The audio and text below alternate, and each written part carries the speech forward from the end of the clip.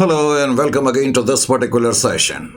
तो बेटे जहाँ तक इंडिया 103 का सवाल है, अभी तक सेक्शन 3 हम फिनिश कर चुके हैं और लास्ट सेक्शन जैसा कि आपने देखा भी था और मैंने कहा भी था, business combination achieved in stages, बड़ा अहम इंपॉर्टेंट और सिग्निफिकेंट टॉपिक था। अब उसके बाद जो आज का सेशन स्टार्ट करेंगे, इसमें पहले कंटिंजेंट कंसिडरेशन की बात करेंगे। अब ये कॉन्सेप्ट बेस्ड क्वेश्चन है। इस तरह के जब क्वेश्चंस आपको एग्जामिनेशन में आएंगे तो हार्डली 2 या 4 मार्क्स वो कैरी करेंगे। और कंटिंजेंट कंसिडरेशन के बारे में मैं आपको ऑलरेडी बता चुका हूँ। मैंने आपको बताया था कंटिंजेंट कंसिडरेशन भी पहले तो परचेज कंसिडरेशन का पार्ट माना जाएगा। कंटिंजेंट कंसिडरेशन का मतलब है एडिशनल कंसिडरेशन, जो तब दिया जाता है जब कंडीशंस मीट हो जाती है, यानी कि एक ऐसा कंसिडरेशन जो डिपेंड करता है कंडीशंस पे।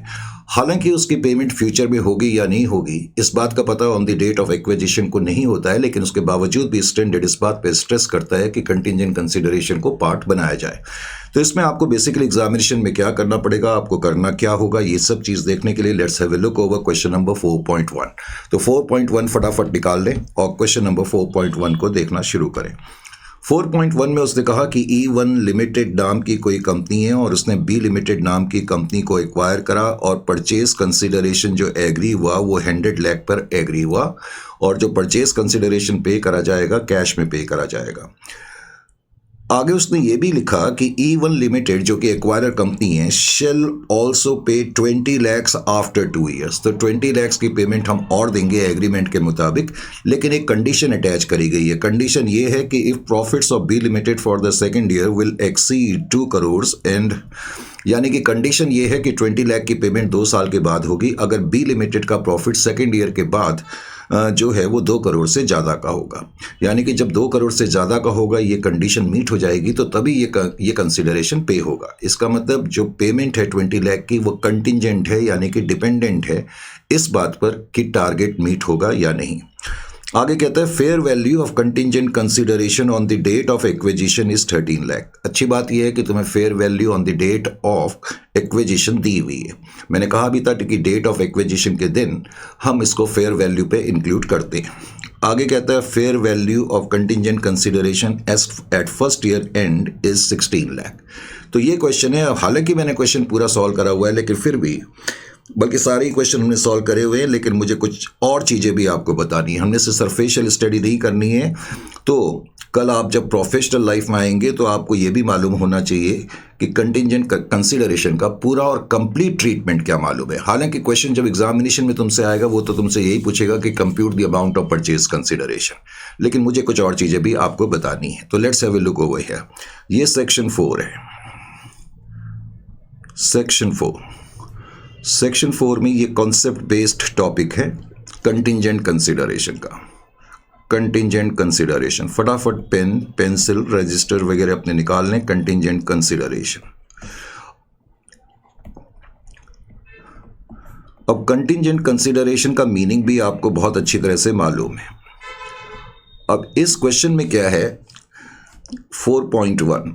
अब लिखने का फ़ायदा ये है कि अगर आप ये चीज़ें नोट करते हैं तो एग्जामिनेशन के टाइम में बार बार आपको क्वेश्चन देखने की ज़रूरत नहीं पड़ेगी अगर आपने ये सब चीज़ें नोट करी हुई है। जो E1 नाम की कंपनी है, क्वेश्चन में लिखा था कि E1 नाम की कंपनी जो है वो एंटिटी B को टेक ओवर कर रही है। एंटिटी B को टेक ओवर कर रही है, करेक्ट। तो E1 जो है वो B लिमिटेड को टेक ओवर कर रही है और डिसाइड ये हुआ कि हम तुम्हें 100 लाख का जो है परचेज कंसिडरेशन देंगे। एक तो ये डिसाइड हुआ, करेक्ट। उसके अलावा क्वेश्चन में ये भी लिखा हुआ था कि जो E1 लिमिटेड नाम की कंपनी है वो एडिशनल कंसिडरेशन भी देगी। क्या देगी? Additional consideration. एडिशनल कंसिडरेशन जो दिया जाएगा वो 20 लाख रुपए का दिया जाएगा। ये जो 20 लाख है इसको हम एब्सोल्यूट अमाउंट भी कह सकते हैं। 20 लाख की पेमेंट भी करी जाएगी, लेकिन ये 20 लाख की पेमेंट तब करी जाएगी अगर कंडीशन मीट हो जाएगी। और कंडीशन ये है, कंडीशन जो B लिमिटेड के सामने रखी गई है वो ये कि B लिमिटेड का जो प्रॉफिट है, याद रखें B एंटिटी जितना भी प्रॉफिट कमाएगी उसका कुछ ना कुछ फ़ायदा हमें भी होगा, क्योंकि B लिमिटेड नाम की कंपनी हमारे कंट्रोल में है। Is it clear to you? तो B लिमिटेड के ऊपर एक कंडीशन रखी गई कि जो आपका प्रॉफिट है आने वाले 2 साल में या 2 साल के बाद, profits after 2 years profit after 2 years 2 crore से ज़्यादा होना चाहिए, मोर देन 2 करोड़ होना चाहिए, ये कंडीशन है। Is it clear to you? तुम्हें इस क्वेश्चन में हालांकि परचेज कंसिडरेशन एब्सोल्यूट अमाउंट में हमने 20 लाख रुपए का देना है, ये 2 साल के बाद देना है, लेकिन क्वेश्चन में तुम्हें ये भी दिया हुआ है कि जो एडिशनल कंसिडरेशन आप दोगे उसकी जो फेयर वैल्यू है on the date of acquisition, हम मान लेते हैं ये डेट ऑफ एक्विजिशन है, on the date of acquisition को फेयर वैल्यू जैसा कि क्वेश्चन में दिया हुआ है 13 लाख की है। जो कंटिंजेंट कंसिडरेशन है उसकी fair value on the date of acquisition को 13 लाख की है, और उसके अलावा ईयर एंड में जो फेयर वैल्यू है, ईयर एंड, तुम्हें ईयर के एंड में यानी कि फर्स्ट ईयर के एंड में भी फेयर वैल्यू दी हुई है। फर्स्ट ईयर के एंड में जो फेयर वैल्यू है कंटिंजेंट कंसिडरेशन की वो 16 लाख की है। करेक्ट। वैसे तो तुम्हारे लेवल पे जो क्वेश्चन पूछा जाता है सिर्फ ये पूछा जाता है what will be the amount of purchase consideration. Correct. अगर मैं इस क्वेश्चन का सॉल्यूशन करूं तो सबसे पहले तो मैं ये लिखूंगा सॉल्यूशन में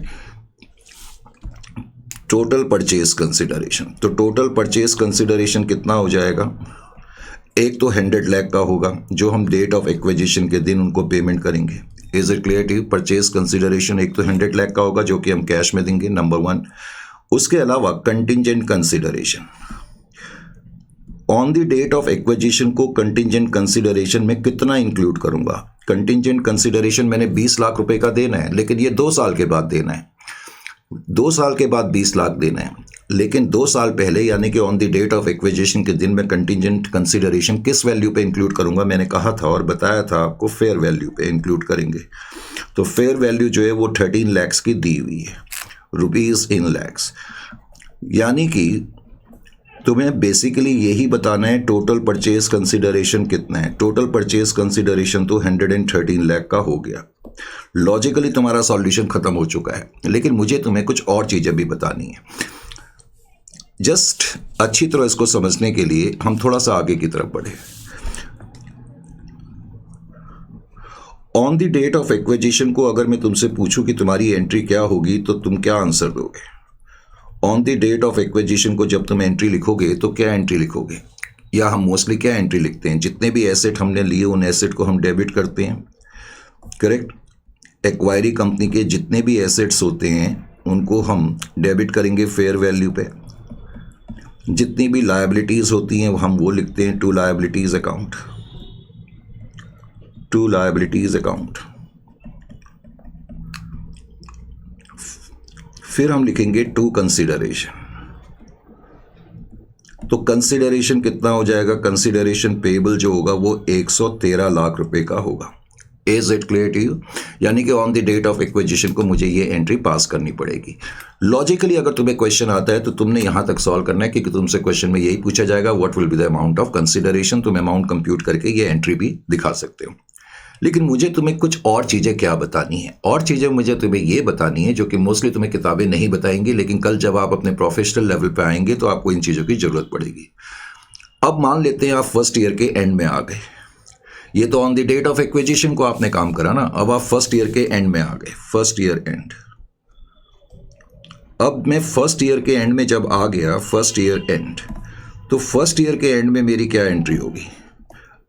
एज ए प्रोफेशनल स्टूडेंट आपको ये चीजें भी मालूम होनी चाहिए। अब देखो फर्स्ट ईयर के एंड में क्या होगा। सबसे पहले तो तुमने कंटिंजेंट कंसिडरेशन 113 कंटिंजेंट कंसिडरेशन मैंने कह दिया। 1 सेकंड के लिए मुझे जरा 1 सेकंड का टाइम और दे दे, मैं जरा अच्छी तरह पहले एक एंट्री और लिख दूं। मैंने वो लिखी नहीं है क्योंकि मैंने कंसिडरेशन पेबल तो लिख दिया, तुम्हें मालूम है। इसके बाद हम ये एंट्री भी लिखते हैं कंसिडरेशन पेबल अकाउंट डेबिट। वैसे तो तुम इतनी एंट्री भी लिख दोगे उससे कोई फर्क नहीं पड़ता, लेकिन फिर भी ये एंट्री भी आप लिखा करो, consideration payable account debit to cash, क्योंकि आप कैश में पेमेंट कर रहे हो 100 लाख की।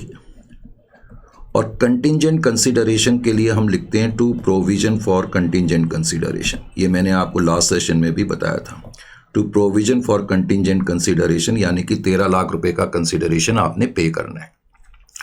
ये तो हो गई एंट्री। लेकिन मैं जो तुम्हें बताना चाह रहा था, मैंने कहा जब ईयर के एंड में हम पहुंचेंगे, फर्स्ट ईयर के एंड में, तो हमारी क्या एंट्री होगी। अब फर्स्ट ईयर के एंड में पहले तो आप ये देखेंगे कि जो आपने contingent consideration on the date of acquisition को 13 लाख रुपए का लिखा हुआ है, फर्स्ट ईयर के एंड में उसकी फेयर वैल्यू कितनी है। क्वेश्चन में दिया हुआ था कि फर्स्ट ईयर के एंड में उसकी फेयर वैल्यू 16 लाख रुपए की है। अगर कंटिंजेंट कंसिडरेशन की फेयर वैल्यू बढ़ गई तो तुम्हें अब अपने इस प्रोविजन को 16 लाख पर लाना पड़ेगा। इजंट इट और नॉट। अब किसी प्रोविजन को जब बढ़ाना होता है या कोई लायबिलिटी तुम्हारी बढ़ जाती है तो टेक्निकली वो तुम्हारे लिए लॉस है। इजंट इट और नॉट। तो जब मैं फर्स्ट ईयर के एंड में पहुंचूंगा तो मेरी एक एंट्री होगी profit and loss account debit. Entry मेरी होगी profit and loss account debit, profit and loss account debit to provision for contingent consideration. क्योंकि अब मुझे प्रोविजन जो कंटिंजेंट कंसिडरेशन के लिए चाहिए वो 16 लाख का चाहिए, क्योंकि अब उसकी फेयर वैल्यू 16 लाख की हो चुकी है। तो प्रोविजन फॉर कंटिंजेंट कंसिडरेशन में फर्स्ट ईयर के एंड में 16 लाख रुपए नजर आने चाहिए। 13 लाख तो पहले से ही है, इसका मतलब मुझे इसको 3 लाख से बढ़ाना पड़ेगा। Is it clear to you? तो इसका मतलब फर्स्ट ईयर के एंड में अब प्रोविजन फॉर कंटिंजेंट कंसिडरेशन कितना आ गया? 16 लाख का आ गया। Is it clear to you? मैंने कहा ना मैं तुम्हें कंप्लीट ट्रीटमेंट बता रहा हूँ, ये तुम्हें कोई नहीं बताएगा। अब हम आगे बढ़ते हैं, आगे हम बढ़े। अब मैं तुम्हें ये भी बता रहा हूँ at the end of the second year. अब at the end of the second year में क्या होगा? अब at the end of the second year में कहानी खत्म हो जाएगी। At the end of second year, अब सेकेंड ईयर में दो में से एक चीज होंगी, या तो मुझे पेमेंट करनी पड़ेगी या मुझे पेमेंट नहीं करनी पड़ेगी। वो डिपेंड करता है कि टारगेट जो है वो मीट हुआ या नहीं हुआ। अब क्वेश्चन में तो नहीं दिखा है कि टारगेट मीट हुआ या नहीं मीट हुआ, लेकिन मैं तुम्हें बताने की कोशिश कर रहा हूं। Suppose target is achieved. Suppose हम मान लेते हैं कि बी लिमिटेड ने 2 साल के बाद हमें 2 करोड़ का प्रॉफिट कमा करके दे दिया। Suppose target is achieved. अगर टारगेट बी लिमिटेड अचीव कर लेती है तो इसका मतलब आपको पेमेंट करनी पड़ेगी, क्योंकि आपने वादा करा हुआ है कि हम आपको 20 लाख रुपए की पेमेंट करेंगे 2 साल के बाद। तो अब आप 20 लाख की पेमेंट करेंगे। जाहिर है कि जब आप पेमेंट करेंगे तो आपका कैश तो बाहर जाएगा ही जाएगा, तो टू कैश तो आपको लिखना ही पड़ेगा।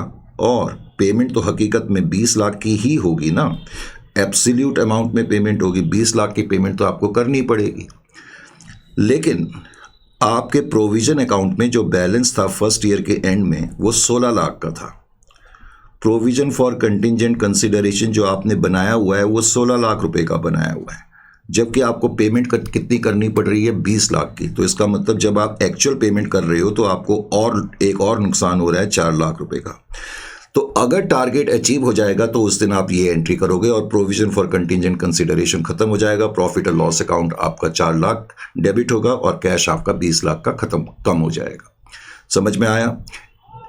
ये तो था टारगेट इज अचीव्ड। और मैं कहता हूं अगर टारगेट अचीव नहीं हुआ होता तो फिर क्या होता? हम सारे सिनेरियो आपको बता रहे हैं। Suppose target is not achieved. Suppose target is not achieved. Target is not achieved. अगर टारगेट अचीव नहीं हुआ होता, suppose target is not achieved, तो फिर क्या करते? फिर तो आपको पेमेंट नहीं करनी पड़ती ना, फिर आपको पेमेंट नहीं करनी पड़ती। लेकिन हकीकत यह है कि जो आपने प्रोविजन 16 लाख का बना के रखा हुआ है फर्स्ट ईयर के एंड में, आपने तो ये सोच के बना के रखा हुआ है ना कि पेमेंट करनी पड़ेगी, इसलिए आपने प्रोविजन बनाया था। लेकिन उस प्रोविजन को जब आपको पे नहीं करना पड़ रहा, देखो प्रोविजन नाम की जो लायबिलिटी है वो तो खत्म होगी ही होगी, चाहे टारगेट अचीव हो या ना हो। Provision for contingent consideration 16 lakh रुपए, लेकिन अब की बार आपको पे नहीं करना पड़ रहा है। इसका मतलब आपने जो ये प्रोविजन बनाया था, अकाउंट्स में प्रोविजन कहाँ से बनाते हैं? प्रॉफिट से बनाते हैं। यानी कि जब भी आपने ये प्रोविजन बनाया होगा तो आपका प्रॉफिट कम हुआ होगा ना। तो अब आप क्या करेंगे? इस प्रोविजन को दोबारा से अपने प्रॉफिट एंड लॉस अकाउंट में ले जाएंगे। तो to profit and loss account ये आपकी एंट्री हो जाएगी। तो ये मैंने आपको पूरा सीन आपके सामने पेश कर दिया कि कॉम्प्रिहेंसिवली इसकी अकाउंटिंग कैसे होती है। हालांकि एग्जामिनेशन में तुमसे सिर्फ यही पूछा जाता है कि what is the amount of purchase consideration. Is it clear to you? तो एमसीक्यू भी इस कई बार कॉन्सेप्ट बेस में से पूछ लेते हैं और बहुत सारे एमसीक्यूज इसमें से पूछे गए हैं। तो ये तो था कंटिंजेंट कंसिडरेशन का 4.1 और उसके बाद 4.2 को देखें। 4.2 में क्या कहते हैं? 4.2 में कहता है कि डी लिमिटेड नाम की कंपनी है और डी लिमिटेड ने 100% ऑफ द इक्विटी एक्वायर करी है एफ लिमिटेड की 31 मार्च 2021 को। फिर कहता है the purchase consideration comprises of an immediate payment of 10 lakh. तो 10 लाख रुपए तो तुमने इमीडिएटली लेने हैं, करेक्ट, जिस दिन तुम कंट्रोल एक्वायर कर रहे हो। और अब की बार कह रहा है 2 further payments of 1.21 lakhs if return on equity exceeds 20% in each of the subsequent 2 financial years। और अब की बार हम कह रहे हैं कि हम आपको 1.21 की 2 और पेमेंट करेंगे, लेकिन हम 2 पेमेंट तब करेंगे अगर आने वाले दोनों सालों में आपका जो प्रॉफिट है वो 20% से ज़्यादा का होगा। A discount rate 10% is used. अब की बार पिछले क्वेश्चन में तो हमें फेयर वैल्यू दी हुई थी, तो अब की बार फेयर वैल्यू नहीं गिवन है, हम फेयर वैल्यू फाइंड करने के लिए इस डिस्काउंट रेट का यूज़ करेंगे। फिर कह रहा है compute the value of the total consideration at the acquisition date. अब एक्विजिशन डेट को मुझे टोटल कंसिडरेशन फाइंड करना है, तो अब आपके लिए ये कोई प्रॉब्लम नहीं होनी चाहिए। देखो सबसे पहले तो आप टोटल परचेज कंसिडरेशन कितना होगा, एक तो जो आप इमीडिएट पेमेंट कर रहे हैं 10 लाख की। अब इस क्वेश्चन में फ़र्क क्या है, इस क्वेश्चन में हमने उसको एक्वायरी कंपनी को ये कहा है कि हम तुम्हें 1.21 की पेमेंट 2 पेमेंट करेंगे, 1.21 की पेमेंट करेंगे, 1.21 की पेमेंट करेंगे, यानी कि फर्स्ट ईयर के एंड में भी 1.21 देंगे, सेकेंड ईयर के एंड में भी 1.21 लाख की पेमेंट करेंगे, बशर्ते इन ईयर्स में जो प्रॉफिट है या रिटर्न है वो 20% से ज़्यादा का होगा, ये हमने कहा है। तो 1.21 की हम तुम्हें पेमेंट देंगे, यानी कि एब्सोल्यूट टर्म में हम तुमको जो पेमेंट देंगे वो कितना आ रहा है 2.42। ये तो एब्सोल्यूट टर्म्स में पेमेंट आ रही है कि हम तुम्हें इतनी पेमेंट देंगे, लेकिन on the date of acquisition को तुम्हें इनकी या ये जो एब्सोल्यूट पेमेंट है जैसे पिछली बार 20 लाख की थी, on the date of acquisition को तुम्हें इनकी फेयर वैल्यू निकालनी पड़ेगी। तो फेयर वैल्यू निकालने के लिए आपको क्या करना पड़ेगा, सबसे पहले तो 1.21 को आप मल्टीप्लाइड करेंगे, जो 10% आपको डिस्काउंट रेट दिया हुआ है, 10% डिस्काउंट रेट दिया हुआ है, तो 10% डिस्काउंट रेट का फर्स्ट ईयर का फैक्टर आप लेंगे जो कि 0.9091 आ जाएगा। फिर 1.21 क्योंकि आपने कहा है हम सेकेंड ईयर में भी पे करेंगे, क्योंकि अब की बार आप ये कह रहे हैं कि हम सब्सिक्वेंट ईयर्स में आपको इतनी पेमेंट देंगे, तो इसको डिस्काउंट करने के लिए 0.9091 का रेट अप्लाई होगा और इसको डिस्काउंट करने के लिए सेकेंड ईयर का फैक्टर आप लेंगे 0.8265। तो ये मल्टीप्लाइड करके इनको मल्टीप्लाइड करके टोटल करके जो भी आ जाएगा, करेक्ट, वो तुम्हारी प्रेजेंट वैल्यू होगा। यानी कि इस केस में तुम्हारी जो प्रेजेंट वैल्यू आ जाएगी 2.10 के आ जाएगी, मैंने यहाँ करके भी रखा हुआ है 1.21 इंटू 0.9091, 1.21 इंटू 0.8265। तो इस तरीके से आपका टोटल परचेज कंसिडरेशन इतना होगा, और ये करने के बाद आप on the date of acquisition को इस तरीके से एंट्री भी करके दिखा सकते हैं। Is it clear to you और नॉट? तो इसी तरीके से ये अगला क्वेश्चन है, इस क्वेश्चन को आप खुद कर सकते हैं, मेरे बताने लायक इसमें कुछ नहीं है। तो ये कॉन्सेप्ट बेस्ड क्वेश्चन है, तो आपसे कॉन्सेप्ट बेस्ड क्वेश्चन खासतौर से एमसीक्यूज में बहुत पूछे जा रहे हैं। अब कंटिंजेंट लायबिलिटी के बारे में मैंने आपको बताया हुआ है, शुरू में ही मैंने आपको बता दिया था कि on the date of acquisition के दिन जब हम सारे एसेट और लायबिलिटी लेते हैं तो इंड AS 103 हमें फोर्स करता है कि अगर एक्वायरी कंपनी की कोई कंटिंजेंट लायबिलिटी है तो हमें उसको भी टेक ओवर करना पड़ेगा, इजंट इट और नॉट? तो कुछ इसी तरह की सिचुएशन यहाँ पर दी हुई है। वो कहता है Z500 नाम की कोई कंपनी है, Z500 लिमिटेड नाम की कंपनी है, उसने C400 नाम की किसी कंपनी को इस तारीख को लिया। अब कह रहे हैं for a lawsuit contingency C400 has a present obligation as on 1 April 2019 and the fair value of the obligation can be reliably measured as ₹50,000। अब ये जो लाइन है, इस लाइन का बेसिकली मतलब क्या हुआ, इस लाइन का बेसिकली मतलब क्या हुआ, थोड़ा सा मैं ये क्लियर कर दूं ताकि आपको समझने में प्रॉब्लम ना आए। 5.1 में वो क्या कह रहा है कि आपकी जो कंपनी है Z500 है और Z500 लिमिटेड ने वो कह रहा है कि C500 लिमिटेड नाम की कंपनी को एक्वायर करा, C400 लिमिटेड नाम की कंपनी को एक्वायर करा। अब इसमें ये जो लिखा है for a law suit contingency, इसका मतलब है जो सी लिमिटेड नाम की कंपनी है, जो सी लिमिटेड नाम की कंपनी है, इस कंपनी के ऊपर कोई केस चल रहा है। मान लेते हैं कि C400 लिमिटेड नाम की कंपनी के ऊपर कोई केस चल रहा है। ये जो लाइन है ना, फॉर ए लॉ सूट, यानी कि इनके ऊपर कोई सूट यानी कि कोई केस चल रहा है, और जिसकी वजह से C400 लिमिटेड नाम की जो कंपनी है उसके ऊपर एक प्रेजेंट ऑब्लिगेशन है। क्वेश्चन ये कह रहा है कि इसके ऊपर एक प्रेजेंट ऑब्लिगेशन है। मैंने प्रेजेंट ऑब्लिगेशन का मतलब आपको बताया भी था। प्रेजेंट ऑब्लिगेशन का मतलब होता है रिपोर्टिंग डेट को ऑब्लिगेशन। क्या मतलब होता है? रिपोर्टिंग डेट को ऑब्लिगेशन। तो रिपोर्टिंग डेट को इनके ऊपर एक ऑब्लिगेशन है, करेक्ट। और वो कह रहा है ऑब्लिगेशन तो है, और कह रहा है उस ऑब्लिगेशन की जो फेयर वैल्यू है, यानी कि ये जो केस चल रहा है इसकी वजह से इनके ऊपर एक ऑब्लिगेशन है, नंबर 1। नंबर 2, वो कह रहा है उस ऑब्लिगेशन को हम रिलायबली मेजर कर सकते हैं और उसकी फेयर वैल्यू 50,000 पर डिटरमिन हुई है। फिर क्वेश्चन में ये भी लिखा है as of the acquisition date it is not believe that an outflow of cash or other assets will be required to settle the matter। अब इस कंपनी के ऊपर ये केस तो चल रहा है जिसकी वजह से इनके ऊपर प्रेजेंट ऑब्लिगेशन तो है, लेकिन आउटफ्लो ऑफ फंड्स होने के चांसेस नहीं हैं। आउटफ्लो ऑफ फंड्स होने के चांसेस नहीं हैं, तो इसका मतलब बेसिकली ये क्या माना जाएगा? ये कंटिंजेंट लायबिलिटी माना जाएगा। इसका मतलब जो C400 लिमिटेड नाम की कंपनी है उसकी एक कंटिंजेंट लायबिलिटी है।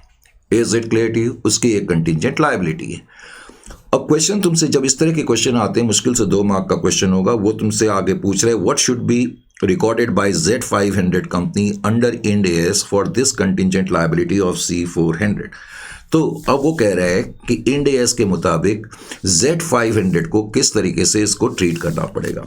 वैसे तो मुझे तुम्हें बताने की ज़रूरत नहीं है कि इसका आंसर क्या होना चाहिए, लेकिन फिर भी एक बार मैं तुम्हें थोड़ा सा, हालांकि मैंने सब कुछ लिखा हुआ है, लेकिन फिर भी इसका आंसर अगर मैं तुम्हें लिखने के लिए कहूँ तो तुम कैसे लिखोगे? तुम इस तरीके से लिखोगे कि as per Ind AS 103, as per Ind AS 103, क्या लिखना चाहता हूं मैं? As per Ind AS 103, comma contingent liability. ये जो मैंने CL लिखा है ये करंट लायबिलिटी नहीं, contingent liability. Contingent liability of C400 की बजाय तुम एक्वायरी कंपनी भी लिख सकते हो, ऑफ C400। तो Ind AS 103 क्या कहता है? भले ही ये कंटिंजेंट लायबिलिटी है, यानी कि आउटफ्लो ऑफ फंड्स के होने के चांसेस नहीं है, लेकिन उसके बावजूद भी हमें इसको लायबिलिटी के रूप में टेक ओवर करना पड़ेगा, रिकॉग्नाइज करना पड़ेगा। Contingent liability of C400 shall be recognised as liability by the acquirer, shall be recognised as liability by Z500 जो कि एक्वायरर कंपनी है, और हमें इसको रिकॉग्नाइज करना पड़ता है एट फेयर वैल्यू, और क्वेश्चन में फेयर वैल्यू दी हुई है एट फेयर वैल्यू ऑफ ₹50,000। तो इस तरीके से आप इसका आंसर लिखेंगे। Is it clear to you और नॉट? कोई प्रॉब्लम आपको नहीं होनी चाहिए। एक और क्वेश्चन बिल्कुल इसी पर बेस्ड मैंने दिया हुआ है, जाहिर है कि इस क्वेश्चन को आप खुद कर सकते हैं। अब जैसे कि कंटिंजेंट कंसिडरेशन था, अब ऐसे ही डेफर्ड कंसिडरेशन आ गया। डेफर्ड कंसिडरेशन, आपको याद होगा डेफर्ड कंसिडरेशन और कंटिंजेंट कंसिडरेशन में फ़र्क क्या होता है। कंटिंजेंट कंसिडरेशन फ्यूचर में पे करना भी पड़ सकता है और नहीं भी पे करना पड़ सकता, क्योंकि वो डिपेंड करता है कुछ कंडीशंस पे, जबकि डेफर्ड कंडीशन में ऐसा नहीं होता। बस में ये होता है कि पेमेंट बाद में होगी और पेमेंट होगी ही होगी। तो डेफर्ड कंसिडरेशन को समझने के लिए आप इस क्वेश्चन को देखें। 6.1 एक छोटा सा क्वेश्चन है, करेक्ट। ये कॉन्सेप्ट बेस्ड क्वेश्चन है, MCQ में इस तरह के क्वेश्चन पूछ लिए जाते हैं। इस क्वेश्चन में वो कह रहे हैं कि E1 नाम की कोई कंपनी है और उसने E2 नाम की किसी कंपनी को एक्वायर करा in the beginning of the current year में, और एग्रीमेंट के मुताबिक हम परचेज कंसिडरेशन देंगे 200 लाख रुपए कैश में, और कह रहे हैं कि हम उनको पे करेंगे 40 लाख आफ्टर 2 ईयर्स। अब 40 लाख की पेमेंट 2 साल के बाद होगी, बस कोई प्रॉब्लम वाली बात नहीं है, क्योंकि ये सब चीज़ें मैं आपको पहले ही बता चुका हूँ। तो आप इसको फेयर वैल्यू, और फेयर वैल्यू कंप्यूट करने के लिए हमें क्या करना पड़ेगा? हमें इसको डिस्काउंट करना पड़ेगा। ऐसे जब भी इस तरह के क्वेश्चन होंगे तुम्हें डिस्काउंट रेट दिया होगा या फेयर वैल्यू दी होगी। तो डिस्काउंट रेट तुम्हें दिया हुआ है 10% है, और present value factor at the rate of 10% for second year भी तुम्हें दिया हुआ है। यानी कि अगर तुम्हें क्वेश्चन इसको सॉल्व करना पड़ जाए तो तुम इसको सॉल्व किस तरीके से करोगे। तो सॉल्व करने के लिए तुम्हें क्या बताना है कि टोटल परचेज कंसिडरेशन कितना है। तो टोटल परचेज कंसिडरेशन के लिए तुम्हें क्या करना पड़ेगा, number 1 total purchase consideration, hardly 2 marks का क्वेश्चन है। टोटल परचेज कंसिडरेशन, तो टोटल परचेज कंसिडरेशन में एक तो जो तुम पेमेंट, इमीडिएट पेमेंट जो तुम दे रहे हो, इमीडिएट पेमेंट, एक तो जो तुम इमीडिएट पेमेंट दे रहे हो वो 200 लाख रुपए की दे रहे हो, 200 lakhs, करेक्ट। एक तो 200 लाख रुपए की इमीडिएट पेमेंट तुम दे रहे हो। उसके अलावा तुम्हें डेफर्ड कंसिडरेशन को भी इंक्लूड करना पड़ेगा, लेकिन डेफर्ड कंसिडरेशन को इंक्लूड तो करना पड़ेगा एट फेयर वैल्यू, लेकिन इसकी फेयर वैल्यू देखने के लिए तुम्हें इसकी प्रेजेंट वैल्यू कंप्यूट करनी पड़ती है। तो इसकी प्रेजेंट वैल्यू में कैसे कंप्यूट करूंगा, क्योंकि मैंने 40 लाख रुपए की पेमेंट करनी है, तो 40 लाख और 40 लाख की पेमेंट मैंने 2 साल के बाद करनी है। और हमें क्वेश्चन में दिया हुआ है कि जो डिस्काउंट फैक्टर है 10% का 2 साल का डिस्काउंट फैक्टर जो हमें दिया हुआ था 0.8264 दिया हुआ था, 0.8264। तो तुम इसको डिस्काउंट करने के लिए डिस्काउंट फैक्टर से मल्टीप्लाइड कर दोगे तो तुम्हारे पास 33,05,600 आ जाएगा। तो इसका मतलब टोटल परचेज कंसिडरेशन आपका कितना हो गया। अब आप इनको ऐड कर दें, डेट इज 233,05,600। तो इस तरीके से आपका टोटल परचेज कंसिडरेशन निकल आया, करेक्ट। और वैसे आप भले क्वेश्चन 2 मार्क का हो, आप एंट्री भी लिख दिया करो। On the date of acquisition को जो आपकी एंट्री होगी, अब क्वेश्चन में एसेट्स वगैरह तो दिए नहीं है, तो आप इस तरीके से लिखेंगे एसेट्स अकाउंट, उसके आगे क्रॉस क्रॉस क्रॉस कर दें to liability account, correct. NCI के बारे में कुछ पता नहीं है, कुछ पता नहीं है का मतलब हमें परसेंटेज टैक्स दिए नहीं है। उसके अलावा फिर टू कंसिडरेशन पेएबल, पहले आप कंसिडरेशन पेएबल लिखने की आदत डालें। कंसिडरेशन पेएबल आपने कंप्यूट करा 233,05,600 का परचेज कंसिडरेशन है, और उसके बाद इसके पेमेंट की एंट्री भी करके दिखा दें। Consideration payable account debit, consideration payable account debit 233,05,600 to, अब कंसिडरेशन पेएबल कैश में आप पे कर रहे हैं 200 लाख, तो टू कैश तो आप लिखेंगे ही लिखेंगे, लेकिन जो डेफर्ड कंसिडरेशन है वो तो 2 साल के बाद पे होगा ना, तो उसके लिए हम लिखते हैं to provision for deferred consideration. क्या लिखते हैं, to provision for deferred consideration, provision for deferred consideration. अब प्रोविजन फॉर डेफर्ड कंसिडरेशन जो तुमने कंप्यूट करा था, डेट इज इक्वल टू 33,05,600। और कंटिंजेंट कंसिडरेशन की तरह जब मैं फर्स्ट ईयर के एंड में आऊंगा, वैसे इस क्वेश्चन में कुछ तुम्हें आगे करना नहीं है, मैं वैसे ही बता रहा हूं, इसकी फेयर वैल्यू में कोई चेंज आएगा तो मैं उसको P&L account debit to deferred consideration लिख दूंगा, लेकिन ये पेमेंट ये है कि 2 साल के बाद होनी ही होनी है। Is it clear to you? तो ये है कहानी डेफर्ड कंसिडरेशन की। तो डेफर्ड कंसिडरेशन का टॉपिक करने के बाद अब एक बड़ा ही संगीन टॉपिक है। अभी तक जितने भी टॉपिक करे हैं उन टॉपिक में एक तो business combination achieved in stages का, इनफैक्ट टॉपिक तो देखो सारे ही इंपॉर्टेंट होते हैं, इस लेवल पे ये कहना गलत है, ये बहुत ज़्यादा इंपॉर्टेंट है वो है, लेकिन फिर भी अब कहने के लिए हमें कहना भी पड़ता है, और वाकई में कुछ टॉपिक दूसरे के मुकाबले थोड़े से ज़्यादा अहमियत रखते हैं। तो लॉन्ग क्वेश्चन में रिवर्स एक्विजिशन का ये जो टॉपिक है, याद होगा रिवर्स एक्विजिशन के बारे में शुरुआत से बातचीत चल रही है कि अकाउंटिंग एक्वायरर कैसे पहचाना जाता है, इजंट इट? तो अब उसी से रिलेटेड ये टॉपिक है। अब अगर केस रिवर्स एक्विजिशन का हो, करेक्ट, यानी कि जब लीगल एक्वायरी अकाउंटिंग एक्वायरर होता है, मैंने आपको बताया था जब लीगल एक्वायरी अकाउंटिंग एक्वायरर होगा तो इसको हम बोलते हैं रिवर्स एक्विजिशन का केस। लेकिन अब पॉइंट ये बनता है कि ऐसी सिचुएशन में अकाउंटिंग कैसे करी जाती है। अकाउंटिंग तो अकाउंटिंग एक्वायरर की बुक्स भी करी जाएगी, लेकिन कैसे करी जाएगी, let's have a look over here. 7.1 को देखें। 7.1 7.1 में आपको बैलेंस शीट दी हुई है, एक एच लिमिटेड है, एक एस लिमिटेड है और बैलेंस शीट 31/3/2022 की आपके सामने मौजूद है। करेक्ट। दो कॉलम है, एक एच लिमिटेड का, एक एस लिमिटेड का। वैसे हम बाद में देखेंगे कि जो एच लिमिटेड नाम की कंपनी है वो एस लिमिटेड को टेक ओवर कर रही है। फिलहाल अभी कोई ऐसी इंफॉर्मेशन नहीं है। पहले हमने जायजा लिया जो इन्फॉर्मेशन हमें दी है उसका। एक तो नॉन करेंट एसेट तुम्हें दिए हुए 2000 3000, तुम इनको लैक्स मान लो, करोड़ मान लो, वो तुम्हारी मर्जी है। करंट एसेट 1000 है, 1000 है दोनों कंपनीज के। फिर टोटल दिया हुआ है 3000 और 4000, बस दो ही आइटम है एसेट साइड में। अब लाइबिलिटी साइड में एक तो इक्विटी शेयर कैपिटल है 1000 लैक्स की, लैक्स कह लो, और फेस वैल्यू 10 रुपए की है। तो इसका मतलब 100, नंबर ऑफ शेयर कितने हो जाएंगे, 100 हो जाएंगे। और जो एस लिमिटेड नाम की कंपनी है उसकी टोटल शेयर कैपिटल 800 है, 800 करोड़ मान लो, लैक्स मान लो, मैंने कहा तुम्हारी मर्जी है। तो 800 है और उसको मैं 10 से डिवाइड करूंगा तो नंबर ऑफ शेयर 80 होंगे। अदर इक्विटी यानी कि रिजर्व इन सरप्लस इसके 500 है, इसके 1600 है। उसके अलावा नॉन करंट लायबिलिटीज भी आपको दी हुई है और लास्ट में करंट लायबिलिटीज भी आपको गिवन है। अब इस क्वेश्चन में आगे उसने क्या लिखा, इस क्वेश्चन में आगे कहता है कि एच लिमिटेड नाम की जो कंपनी है उसने एच लिमिटेड और एस लिमिटेड नाम की ये जो कंपनीज हैं, कह रहा है इनके शेयर्स जो है वो मार्केट में कोट करे जा रहे हैं एट द रेट ऑफ 20 और at the rate of 50 respectively के हिसाब से। यानी कि बैलेंस शीट की डेट को 31/3/2022 को वो कह रहा है एच लिमिटेड का एक शेयर का प्राइस, मार्केट प्राइस 20 है और इसका एस लिमिटेड के एक शेयर का प्राइस 50 है। आगे उसने क्वेश्चन में दिया कि H limited issues shares in exchange ratio based on coated price.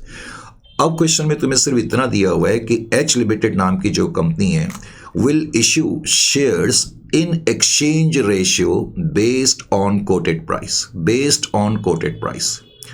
अब सबसे पहले तो मुझे आप इस क्वेश्चन में ये बताओ, सिर्फ एक सिंपल सा क्वेश्चन मैं आपसे पूछ रहा हूं, इस क्वेश्चन में आप मुझे ये बताओ कि कौन लीगल एक्वायरर है। मैं अभी लीगल एक्वायरर के बारे में पूछ रहा हूं, अकाउंटिंग एक्वायरर के बारे में नहीं, लीगल एक्वायरर और एक्वायरी। देखो एक एच लिमिटेड नाम की कंपनी है, एक एस लिमिटेड नाम की कंपनी है। कैसे पहचानते हैं कि कौन लीगल एक्वायरर है?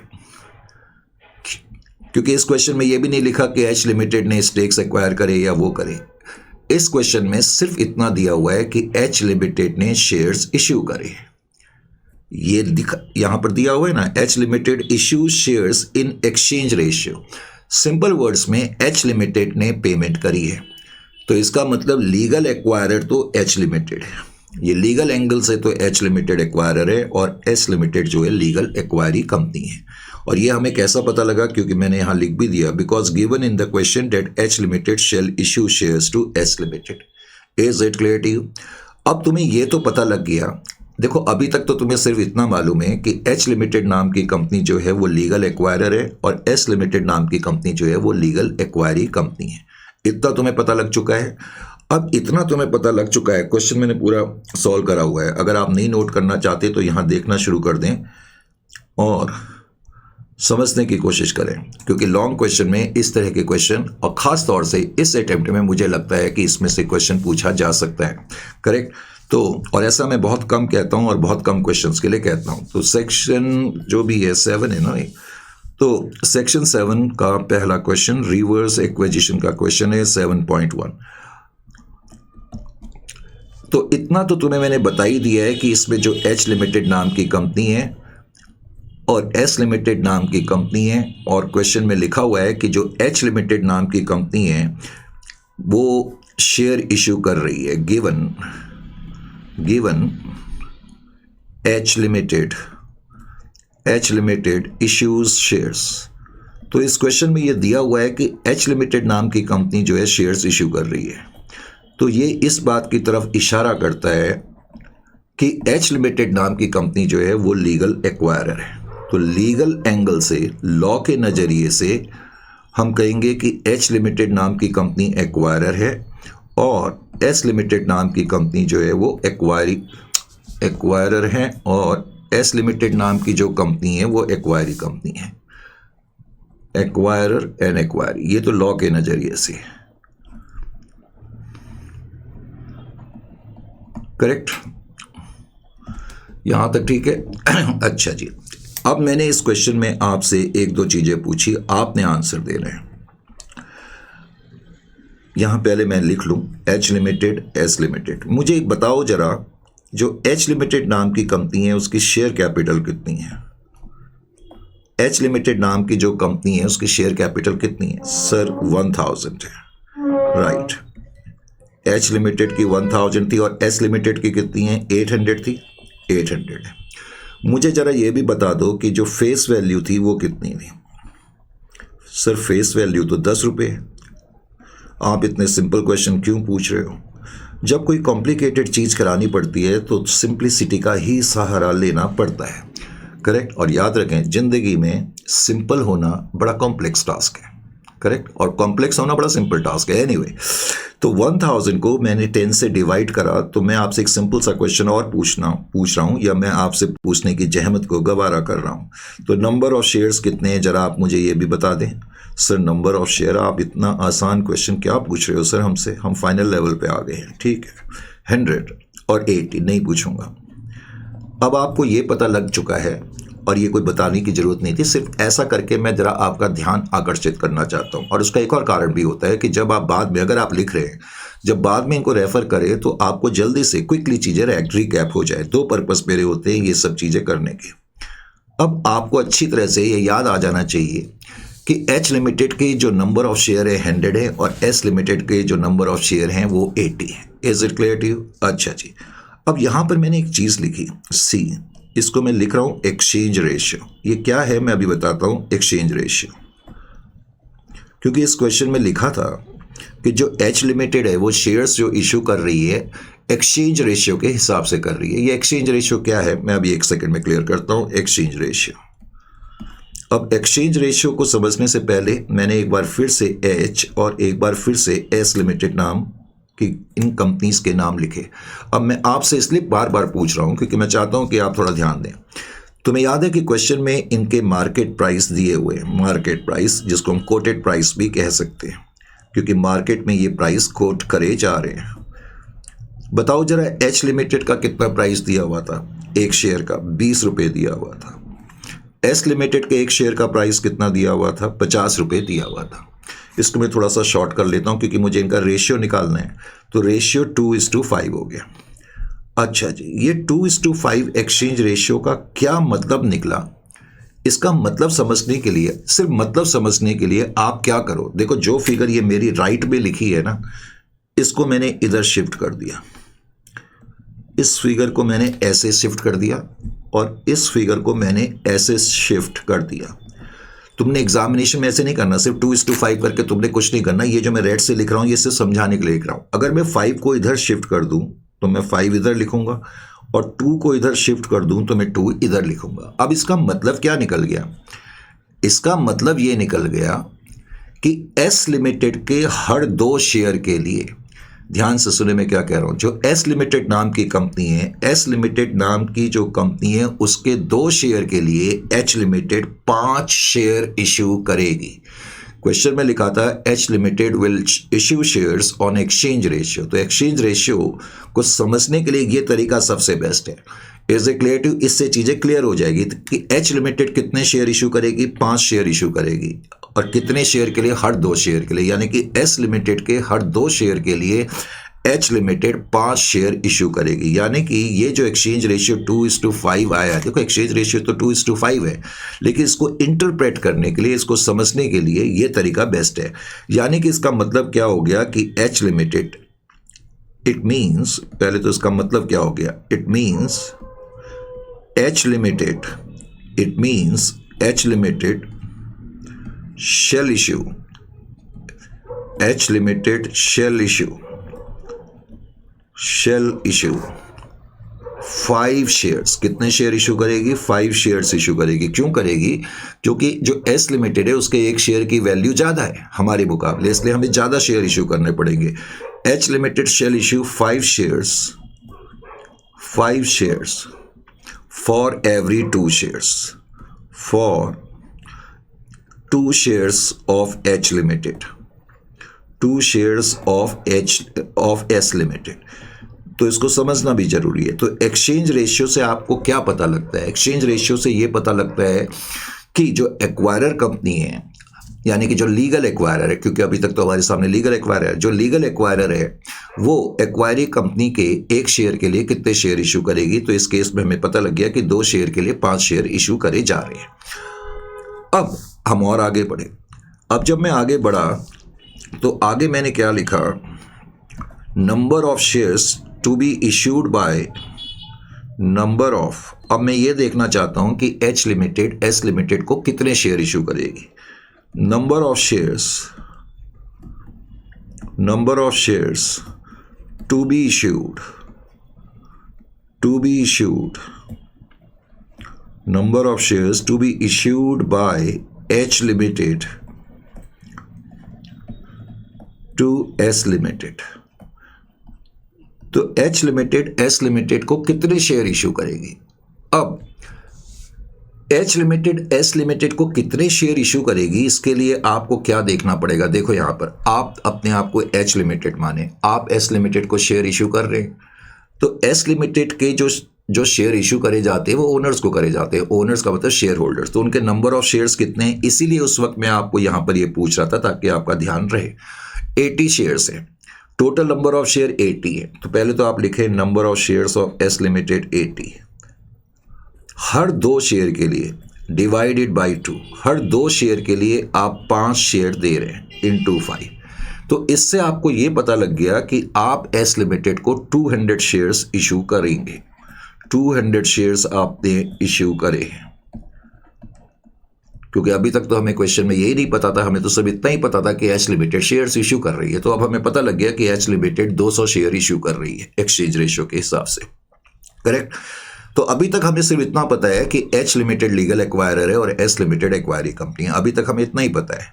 अब मुझे अकाउंटिंग स्टार्ट करनी है, तो अकाउंटिंग स्टार्ट करने के लिए मैंने आपसे पहले भी कई बार कहा हुआ है, मुझे अकाउंटिंग एक्वायरर पहचानना पड़ेगा। अब अकाउंटिंग एक्वायरर के लिए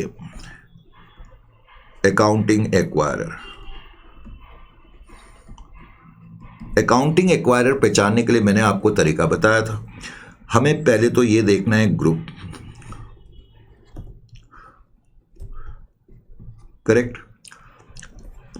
तो number of shares in the group. अब मुझे पता करने हैं नंबर ऑफ शेयर्स कि टोटल शेयर कैपिटल या total number of shares of the group कितने हैं। अब कई बार मैं आपको बता चुका हूं, जब हम टेस्टिंग करते हैं ये परखने के लिए, यानी कि अकाउंटिंग एक्वायरर कौन है ये देखने के लिए जब हम टेस्ट करते हैं, तो उस केस में जब हम देखते हैं कि ग्रुप के नंबर ऑफ शेयर्स कितने हैं, तो मैंने आपको कई बार बताया हम सिर्फ लीगल एक्वायरर के नंबर ऑफ शेयर देखेंगे, करेक्ट। लिखने की जरूरत नहीं है ये, लेकिन ये जस्ट आपको याद दिलाने के लिए, ओनली लीगल एक्वायरर्स शेयर। हालांकि हर बार ऑलमोस्ट मैं ये बात आपको बताते चले आ रहा हूं, ओनली लीगल एक्वायरर शेयर। तो लीगल एक्वायरर के शेयर हम देखेंगे। लीगल एक्वायरर अभी तक तो एच लिमिटेड है, और एच लिमिटेड के नंबर ऑफ शेयर हम पहले भी देख चुके थे। यहाँ पर एक तो 100 शेयर्स है, 1000 रुपये की उनकी शेयर कैपिटल है, नंबर ऑफ शेयर 100 है, तो 100 तो उनके टोटल शेयर्स हैं। और अभी अभी आपने देखा कि एच लिमिटेड ने 200 शेयर इशू करे हैं।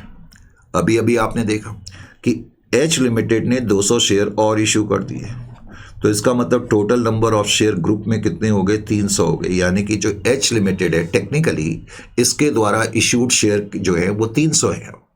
पहले 100 थे, अब 200 और इशू करे तो टोटल 300 है। बस अब मुझे ये देखना है कि इस 300 में से, इन 300 शेयर में से कितने शेयर जो हैं वो एच के हाथ में हैं और कितने शेयर एस के हाथ में हैं। अब ध्यान से देखें इस क्वेश्चन में, तो मुझे बताएं पहले एच के हाथ में कितने शेयर हैं। हालांकि हमने 300 शेयर इशू करे हैं, पर उसमें से हमारे हाथ में तो 100 ही शेयर है ना, क्योंकि 200 शेयर तो हमने एस लिमिटेड को इशू कर दिए। तो एस लिमिटेड को हमने 200 शेयर इशू कर दिए। तो अब आपने क्या देखा, जो ग्रुप है उसके टोटल नंबर ऑफ शेयर 300 हैं, और उसमें से 1/3 100/300 1/3 आपके पास हैं, और 2/3 यानी कि 50% से ज़्यादा के शेयर अब की बार एस लिमिटेड के हाथ में है। तो क्या मुझे बताने की ज़रूरत है कि अब की बार अकाउंटिंग एक्वायरर कौन होगा? तो अब की बार S will be accounting acquirer. तो एस जो है वो अकाउंटिंग एक्वायरर हो जाएगा for the purpose of accounting. अब हमें ये पता लग गया कि एस जो है वो अकाउंटिंग एक्वायरर है। करेक्ट, क्योंकि जो ग्रुप की शेयर कैपिटल है उसका 2/3 यानी कि ऑलमोस्ट 60% या मोर देन 50% जो शेयर है वो एस लिमिटेड के हाथ में है।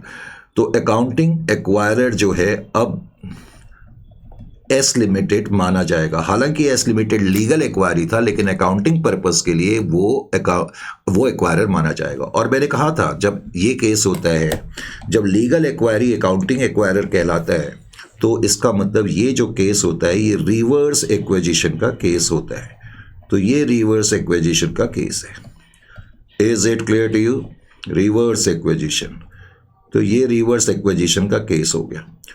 अब अगर ये रिवर्स एक्विजिशन का केस है और अकाउंटिंग आपको एस लिमिटेड की बुक्स में करनी है, तो आप कैसे करेंगे? पॉइंट अगला ये भी तो बनता है, ये तो आपको पता लग गया। अब अगला क्वेश्चन ये है कि मुझे अकाउंटिंग करनी है। तो आप सबसे पहले तो अपने मन में ये मान करके चलें कि जैसे आप एस लिमिटेड नाम की कंपनी है। Is it clear to you? तो अगला जो स्टेप है मेरा, मैं स्टेप वाइज करने का आती हूँ। Step number D. तो स्टेप नंबर डी, अब सबसे पहले तो मैंने यहाँ टाइटल में लिख दिया बुक्स ऑफ एस लिमिटेड। अब बुक्स ऑफ एस लिमिटेड का क्या मतलब है? Books of S limited that is accounting acquirer, क्योंकि एस लिमिटेड जो है वो अकाउंटिंग एक्वायरर है। तो एस लिमिटेड की बुक्स में अब अकाउंटिंग करी जाएगी। इजंट इट और नॉट? वैसे भी जो इंड AS 103 है वो सिर्फ एक्वायरर की बुक से रिलेट करता है, करेक्ट? तो एक्वायरर की बुक पे किस तरीके से अब एंट्रीज करी जाएंगी? अब मैं मान के चल रहा हूं कि मैं जो हूं एक्वायरर हूं, मैं एक्वायरर हूं। तो अब जो दूसरी कंपनी है एच लिमिटेड, वो मेरे लिए एक्वायरी कंपनी बन जाएगी। और आपको मालूम है कि एक्वायरर सबसे पहले क्या करेगा? उनके सारे एसेट्स और लायबिलिटी को रिकॉर्ड करेगा। तो बैलेंस शीट आपके सामने शुरुआत में ही मैंने बताई हुई थी, तो आप अपनी बैलेंस शीट को देखो। एच लिमिटेड के जितने भी एसेट्स हैं, करेक्ट, यहाँ पर ये आपके सामने एसेट्स नज़र आ रहे हैं एच लिमिटेड के। ये 2 एसेट्स को आप लोगे, उनकी जो लायबिलिटीज़ है उनको भी आप टेक ओवर करोगे। पहले तो एसेट और लायबिलिटी को लेने की एंट्री करी जाएगी।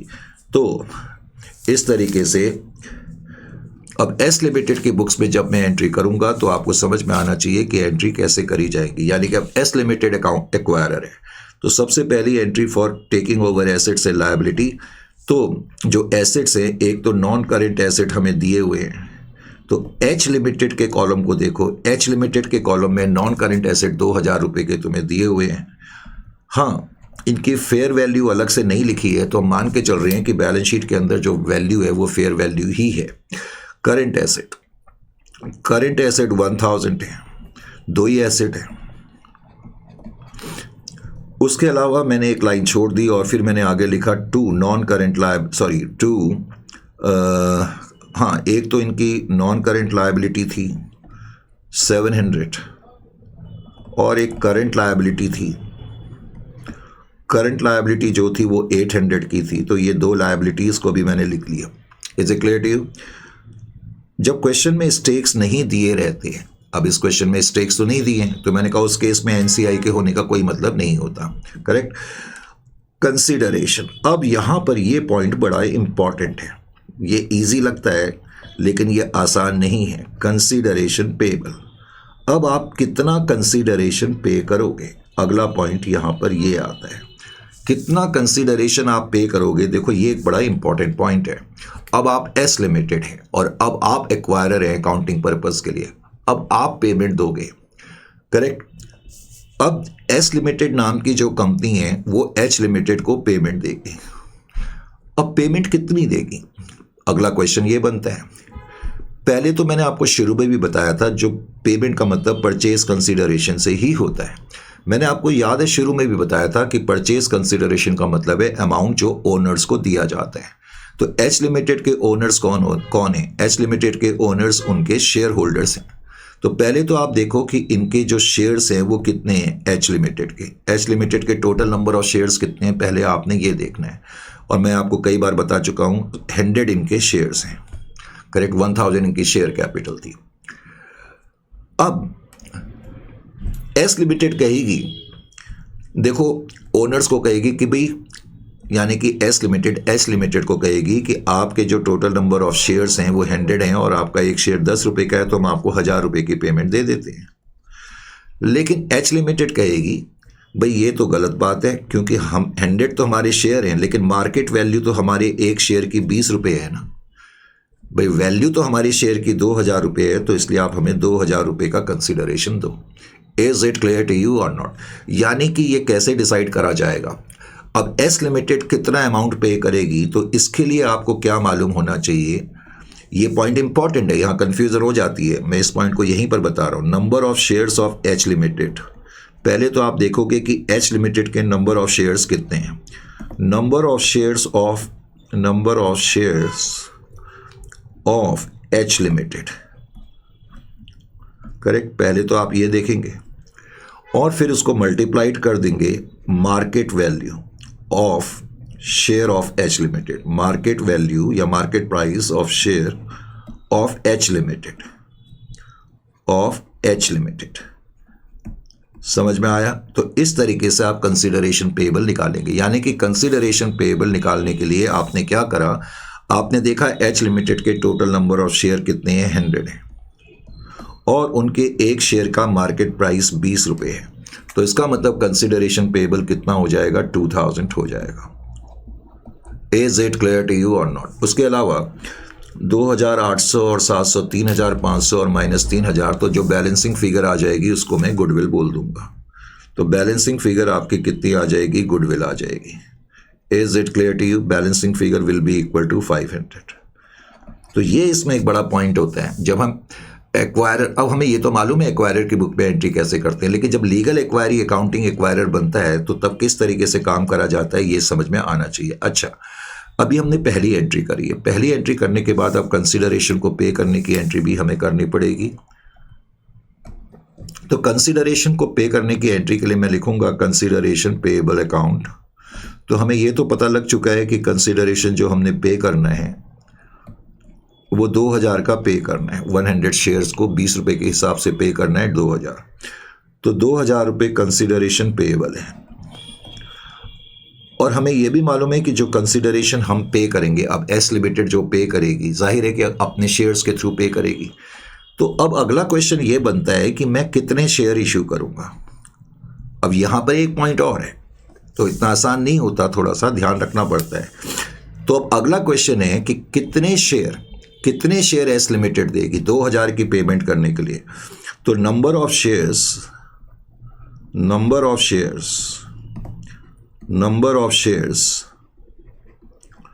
To be issued by S limited. अब एस लिमिटेड कितने शेयर इशू करेगी, number of shares to be issued by S limited to discharge consideration. अब कंसिडरेशन कितना है वो तो तुम्हें पता लग गया, लेकिन अब उसको डिस्चार्ज करने के लिए हम कितने शेयर इशू करेंगे। तो इसके लिए रूल क्या है, इसके लिए रूल ये है कि जो भी कंसिडरेशन है उसको अब आप डिवाइड करोगे मार्केट प्राइस या मार्केट वैल्यू या market price of share of S limited. यानी कि जो हमारे एक शेयर का मार्केट प्राइस है हम उससे डिवाइड करके ये देखेंगे कि हमने कितने शेयर इशू करने हैं। मैं कहना क्या चाह रहा हूं, लेट्स हैव अ लुक। 2000 रुपये की मुझे पेमेंट करनी है। अब 2000 रुपये की पेमेंट करनी है और मेरे यानी कि एस लिमिटेड के एक शेयर का मार्केट का जो प्राइस है वो 50 है, तो मैं 50 से डिवाइड करूंगा। अब 50 से डिवाइड करूंगा तो मुझे ये पता लग गया कि मैं 40 शेयर्स इशू करूंगा, 40 शेयर्स में इशू करूंगा। समझ में आया? अब जो हम ये 40 शेयर्स इशू करेंगे, 40 शेयर्स जो हम इशू करेंगे, ऑफ कोर्स हम 50 रुपीज़ के हिसाब से इशू करेंगे क्योंकि हमारे शेयर का एक प्राइस 50 है। लेकिन तुम्हें समझना क्या है कि तुम्हारे एक शेयर की जो फेस वैल्यू है वो 10 रुपये की है।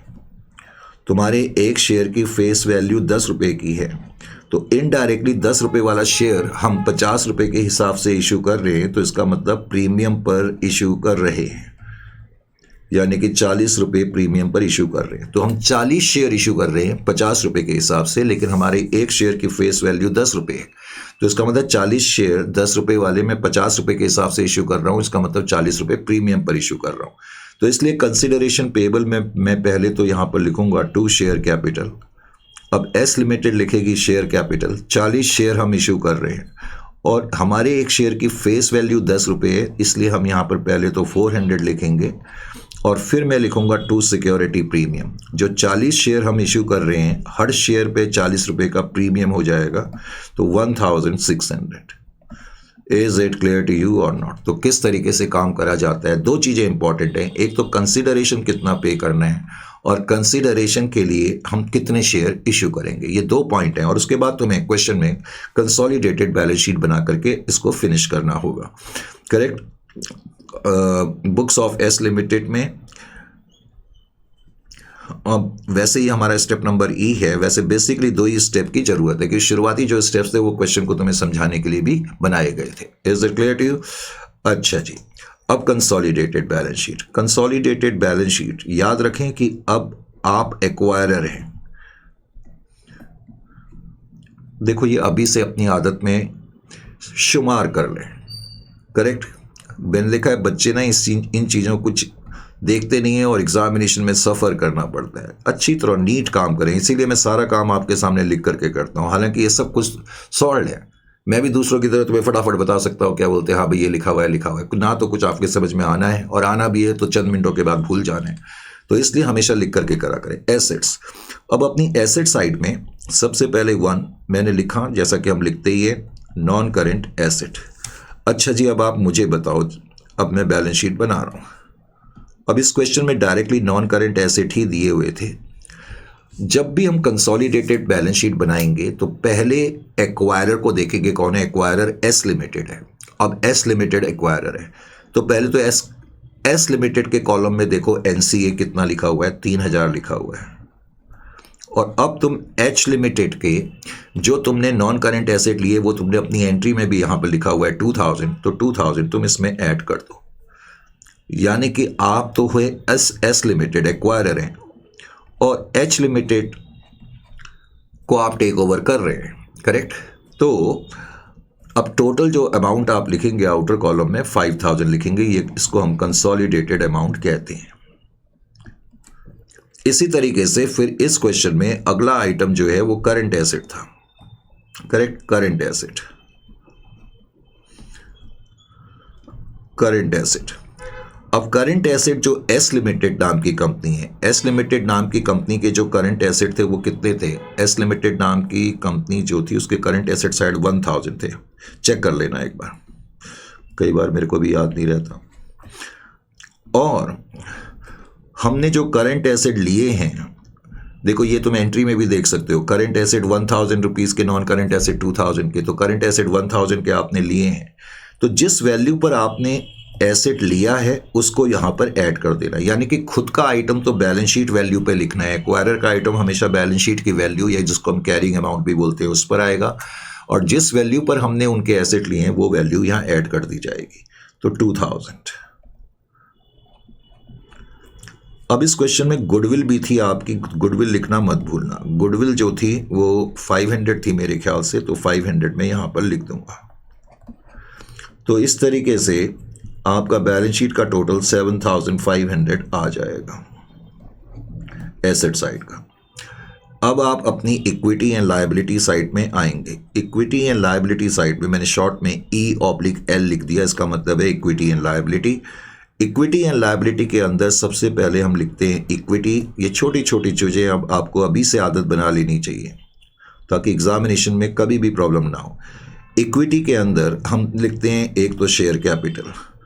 अब मैंने शुरुआत से ही आपको कहा हुआ है शेयर कैपिटल कभी भी कंसोलिडेटेड बैलेंस शीट में जो लिखी जाती है, कंसोलिडेटेड बैलेंस शीट में जो शेयर कैपिटल लिखी जाती है वो हमेशा अकाउंटिंग एक्वायरर की लिखी जाती है। अकाउंटिंग एक्वायरर की शेयर कैपिटल, अकाउंटिंग एक्वायरर कौन है? एस लिमिटेड है। पहले तो एस लिमिटेड के कॉलम को देखो। एस लिमिटेड के कॉलम में आपको याद होगा शेयर कैपिटल 8000 दी थी, यानी कि 800 रुपये की थी। 80 उनके शेयर थे, 10 रुपये का एक शेयर है। टोटल शेयर कैपिटल 800 है। तो मैंने पहले तो 800 यहाँ पर लिख दिया। अगर बाई चांस आपको याद नहीं आ रहा है या कभी आपको एग्जामिनेशन में कंफ्यूजन हो जाए तो कम से कम आप अपनी एंट्रीज को देख लें, उससे आपको याद आ जाएगा। जब आपने एंट्रीज को देखा तो आपको याद आना चाहिए कि आपने और शेयर भी इशू करिए। यहाँ लिखा है ना 40 शेयर, आपने 40 शेयर इशू करे इंटू 10 के हिसाब से, करेक्ट। तो आपकी शेयर कैपिटल 400 रुपये से बढ़ रही है। तो शेयर कैपिटल 400 रुपये से बढ़ रही है क्योंकि ये शेयर आपने इशू करे हैं, ये आप ही की शेयर कैपिटल है। तो 1200 आप आउटर कॉलम में टोटल शेयर कैपिटल लिखेंगे। Is it clear to you और नॉट? उसके अलावा अब मैं अदर इक्विटी का आइटम लिखूंगा। कंसोलिडेटेड बैलेंस शीट में शेयर कैपिटल सिर्फ एक्वायरर की आती है, इसी तरह से एक्वायरर की ही अदर इक्विटी आती है, एक्वायरर की। तो एक्वायरर की यानी कि जो एस लिमिटेड है, पहले तो उसकी अदर इक्विटी आपने देखा कि 1600 लिखा था बैलेंस शीट में एस लिमिटेड की, और जो एच लिमिटेड है उसकी अदर इक्विटी मुझे लिखने की जरूरत नहीं है, नहीं है। Is it clear to you? अच्छा जी, अब मैं क्या करूंगा, प्लस। सर ये प्लस आप क्या कर रहे हैं, वही तो मैं आपको बता रहा हूं। इसमें मैंने लिखा प्लस सिक्योरिटी प्रीमियम। तुम्हें याद होगा कि तुमने जो शेयर इशू करे थे वो सिक्योरिटी प्रीमियम पर इशू करे थे। 400 रुपये टोटल शेयर 2000 रुपये के थे, जिसमें फेस वैल्यू 400 थी और 1600 प्रीमियम था। तो 1600 जो प्रीमियम है सिक्योरिटी प्रीमियम रिजर्व, वो भी मैंने कहा जितने भी रिजर्व्स एंड सरप्लस के आइटम है वही अदर इक्विटी कहलाते हैं। तो सिक्योरिटी प्रीमियम आप यहाँ ऐड कर करके अदर इक्विटी आउटर कॉलम में 3200 दिखा देना, 3200, करेक्ट। उसके अलावा फिर नॉन करेंट लायबिलिटी थी। नॉन करेंट लायबिलिटी जो एक्वायरर की है यानी कि जो एस लिमिटेड की है वो तो है 1200, और उनकी तुमने जो non current liability take over करी है वो तुमने 700 रुपये की करी है। तो 700 रुपये आप यहाँ पर ऐड कर दें, 700। तो आउटर कॉलम में आप 1900 लिखेंगे, 1900। Is it clear to you? उसके अलावा फिर मैं लिखूंगा current liability.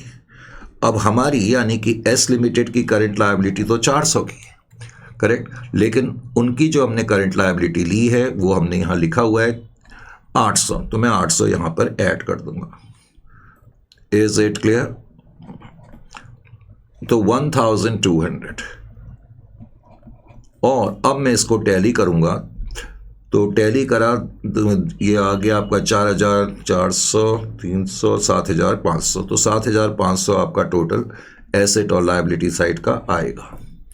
Highly complicated question है और अपनी तरफ से मैंने पूरी कोशिश करी है कि आपको कहीं पर भी किसी भी तरह की दिक्कत ना आए। Is it clear to you? और इसी तरीके का एक और क्वेश्चन करते हैं, और एक और क्वेश्चन करने के लिए हमने अगले क्वेश्चन को देखा। अगला क्वेश्चन है जी, लीजिए,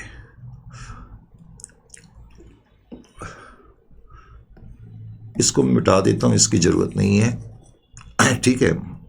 मेन सॉल्यूशन तो मैंने कर ही दिया है आपका, और वैसे भी सारा सॉल्यूशन दिया होता है, लेकिन मैं फिर भी चाहूँगा कि आप एक बार लिख करके ज़रूर करा करें। 7.2 में क्या कहते हैं, इसमें कहता है DA limited and TA limited नाम की दो कंपनी हैं, और कह रहे हैं ये कंपनी अमालगमेट हो गई to form a new company data limited. तो टीए और एक है डीए, एक है टीए, दोनों मिल गई, उन्होंने बना दिया डेटा लिमिटेड। तो दो कंपनी आपस में मिल करके एक नई कंपनी बना रही हैं अब की बार, और 31/3/2023 को बना रही हैं। अब जो ये नई कंपनी बन गई, कह रहा है ये नई कंपनी इश्यू करेगी रिक्विजिट। रिक्विजिट का मतलब होता है नेसेसरी नंबर, वैसे रिक्विजिट का एग्जैक्ट मीनिंग है नेसेसरी। तो necessary number of equity share ये इशू करेगी 10 रुपये वाले डीए और टीए लिमिटेड को लेने के लिए।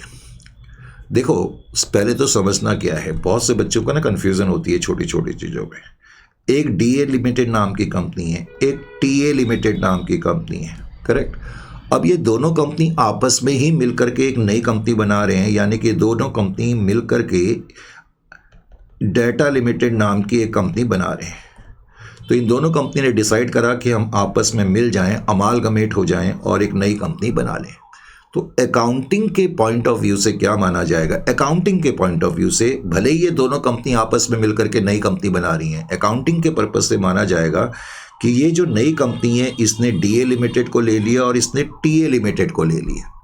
इसीलिए क्वेश्चन कह रहा है कि जो नई कंपनी बनी है वो डीए लिमिटेड को और टीए लिमिटेड को कुछ necessary number of share issue करेगी। जाहिर है कि हम इनका बिजनेस ले रहे हैं तो हमें उनको कुछ शेयर्स इशू करने पड़ेंगे। यानी कि अभी तक के अगर क्वेश्चन को समझा जाए तो, और अगर आपने डिस्कशन को अच्छी तरह से समझा है तो एटलीस्ट आपको ये पता लग जाना चाहिए कि इस केस में डेटा लिमिटेड नाम की कंपनी जो है, अभी तक डेटा लिमिटेड नाम की कंपनी लीगल एक्वायरर है, और ये दोनों कंपनी जो है एक्वायरी कंपनी है क्योंकि इनको हम टेक ओवर कर रहे हैं। फिर क्वेश्चन में आगे उसने लिखा the abstract of the balance sheets of the companies as on 31/3/2023। अब 31/3/2023 को इनके बैलेंस शीट, एब्स्ट्रैक्ट का मतलब होता है बैलेंस शीट का छोटा टुकड़ा, यानी कि ब्रीफ बैलेंस शीट आपको दी हुई है। और जनरली जब आपको रिवर्स एक्विजिशन के क्वेश्चन मिलेंगे तो आपको बैलेंस शीट में हार्डली एसेट और लायबिलिटीज के मुश्किल से 1 या 2 आइटम मिलेंगे। तो एक तो डीए लिमिटेड है, एक टीए लिमिटेड है, फिगर्स रुपीज इन लैक्स में है, करेक्ट। नॉन करेंट एसेट के अंदर एक तो प्रॉपर्टी प्लांट एंड इक्विपमेंट है दोनों कंपनी की। उसके बाद ये फाइनेंशियल एसेट है। बहुत से बच्चे सोचते हैं ये फाइनेंशियल एसेट क्या वर्ड आ गया। देखो मैं बार बार कह रहा हूं, अब आप इंड AS 2 के हिसाब से बैलेंस शीट बना रहे हैं। इंड AS 2 में एक नई कैटेगरी आ गई है फाइनेंशियल एसेट, जिसके अंदर आप ये नॉन करेंट एसेट में भी लिख सकते हैं, करेंट एसेट के अंदर भी लिखा जा सकता है financial asset. Non current asset के अंदर फाइनेंशियल एसेट जब हम लिखते हैं तो जनरली इसका मतलब होता है इन्वेस्टमेंट। बट एनीवे 800 और 500, तो ये 2 एसेट हैं, property plant and equipment and financial asset. उसके अलावा नॉन करेंट एसेट के अंदर फिर करेंट एसेट दिए हैं 4700, 6500 के, करेक्ट। जहां तक एसेट का सवाल है 3 एसेट मौजूद हैं। अब इक्विटी एंड लायबिलिटी के अंदर तुम्हें इक्विटी दी हुई है, इक्विटी के अंदर शेयर कैपिटल दी है, और इक्विटी शेयर कैपिटल कहता है 6000 इनकी है और 10,000 इनकी। यहाँ लिख लेना, एक्चुअली यहाँ एक लाइन लिखी नहीं है, ₹10 ईच है, ये ब्रैकेट में ₹10 ईच कर लेना, करेक्ट। तो इक्विटी शेयर कैपिटल यानी कि 6000 लाख और 10,000 लाख, तो 6000 डिवाइडेड बाई 10, तो इनके नंबर ऑफ शेयर 600 हो जाएंगे और इनके नंबर ऑफ शेयर जो हो जाएंगे 1000 हो जाएंगे। उसके अलावा दोनों कंपनी की अदर इक्विटी दी हुई है 3000, 1000। उसके बाद नॉन करेंट लायबिलिटी लिखी है 2000 और 3000, और उसके अलावा करंट लायबिलिटी लिखी है 2000 और 1000। इस तरह से आपको ये बैलेंस शीट दी है, ऑलमोस्ट पिछले क्वेश्चन की तरह है विद अ स्लाइट डिफरेंस। अब इस क्वेश्चन में आपको क्या चीजें गिवन है, इस क्वेश्चन में आगे उसने क्या दिया हुआ है, फेयर वैल्यू, जो कि पिछले क्वेश्चन में गिवन नहीं थी, करेक्ट। अब की बार उसने हमें बताया कि जो प्रॉपर्टी प्लांट एंड इक्विपमेंट है उसकी फेयर वैल्यू, जो ये पहला कॉलम है ये टीए लिमिटेड के लिए है और ये डीए लिमिटेड के लिए है। ये मैं क्लियर कर दूं कहीं आपको कंफ्यूजन ना हो। तो प्रॉपर्टी प्लांट एंड इक्विपमेंट, अब उसकी फेयर वैल्यू जो है यहाँ पर 8000 लिखी है, जबकि बैलेंस शीट में इसकी वैल्यू कितनी है प्रॉपर्टी प्लांट एंड इक्विपमेंट की, टीए लिमिटेड की 7500, यानी कि इसकी फेयर वैल्यू तुम्हें 8000 दी हुई है और इसकी भी फेयर वैल्यू तुम्हें दी हुई है 6000 दी हुई है। Is it clear to you? उसके अलावा करंट एसेट की फेयर वैल्यूज भी तुम्हारे सामने मौजूद हैं। तो करंट एसेट की जो फेयर वैल्यूज हैं एक तो 5000 है और उसके अलावा 7000 रुपये हैं टीए लिमिटेड के करंट एसेट की फेयर वैल्यू। ये यानी कि इस क्वेश्चन में तुम्हें फेयर वैल्यूज भी दी हुई है। अब फाइनेंशियल एसेट की फेयर वैल्यू नहीं दी है तो हम मान करके चलेंगे जो बैलेंस शीट की वैल्यू है वही फेयर वैल्यू गिवन है। अब उसके अलावा यहाँ पर एक नई चीज़ और दे दी, उसके अलावा तुम्हें यह भी दे दिया fair value of business. A fair value of business 7500 और 15000। फेयर वैल्यू ऑफ बिजनेस का मतलब क्या होता है पता है आपको?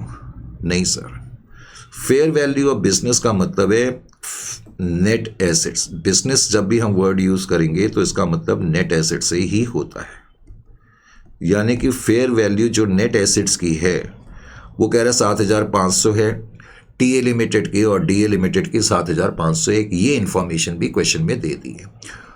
अब इस क्वेश्चन में तुम्हें तो डायरेक्टली दे दिया, आपके मॉड्यूल का ही क्वेश्चन है, वैसे जो पिछला क्वेश्चन था वो भी मॉड्यूल का ही क्वेश्चन था। However, the control of data limited is taken over by the management of TA limited। इस क्वेश्चन में तो उसने तुम्हें बता ही दिया कि ये रिवर्स एक्वाजिशन का केस है। कैसे? क्योंकि मैंने आपको शुरू में ही बताया कि इस क्वेश्चन में टेक्निकली ये लीगल एक्वायरर है और ये दोनों कंपनी लीगल एक्वायरी कंपनी है, मैंने शुरू में ही आपको बताया।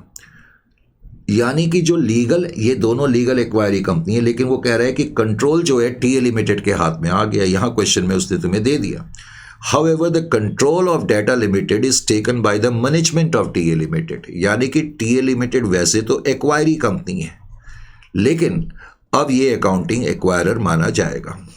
यानी कि अगर कोई एक्वायरी कंपनी एक्वायरर हो जाए तो वो रिवर्स एक्विजिशन का केस होता है, तो ये केस भी रिवर्स एक्विजिशन का केस है। यहाँ तो क्वेश्चन में तुम्हें दे दिया, हालांकि मैं तुम्हें प्रूव कर करके भी बताने की कोशिश करूंगा कि जो टीए लिमिटेड नाम की कंपनी है ये एक्वायरर कैसे बन गई, ये मैं तुम्हें प्रूव कर करके भी बताने की कोशिश करूंगा। Is it clear to you और नॉट? तो इस क्वेश्चन को अब हमने पढ़ लिया है, आपने अच्छी तरह से जरा नोट भी कर लिया कि इस क्वेश्चन में फेयर वैल्यूज वगैरह भी गिवन है, क्योंकि मुझे आज आपको जरा डिटेल में जब समझाना होता है तो मुझे थोड़ी स्पेस चाहिए होगी। अब मेरे को बार बार क्वेश्चन ना देखना पड़े, वैसे मोस्टली मुझे फिगर याद ही रहती है, तो इसलिए कोई घबराने की बात भी नहीं है। लीजिए जी, इस क्वेश्चन को फिर मैं सॉल्व करता हूं। अब ये जो क्वेश्चन है 7.2, करेक्ट? तो 7.2 को ध्यान दें। 7.2 पिछला क्वेश्चन कहाँ करा था हमने? रिवर्स एक्विजिशन का। अच्छा, यहां पर करा था। तो 7.2, अब 7.2 में क्या है कहानी? 7.2 की कहानी ये है कि एक डीए लिमिटेड नाम की कंपनी है, एक जो है वो टीए लिमिटेड नाम की कंपनी है। ये दोनों कंपनी ने डिसाइड करा कि हम आपस में मिल जाते हैं, मिल करके एक कंपनी बना लेते हैं।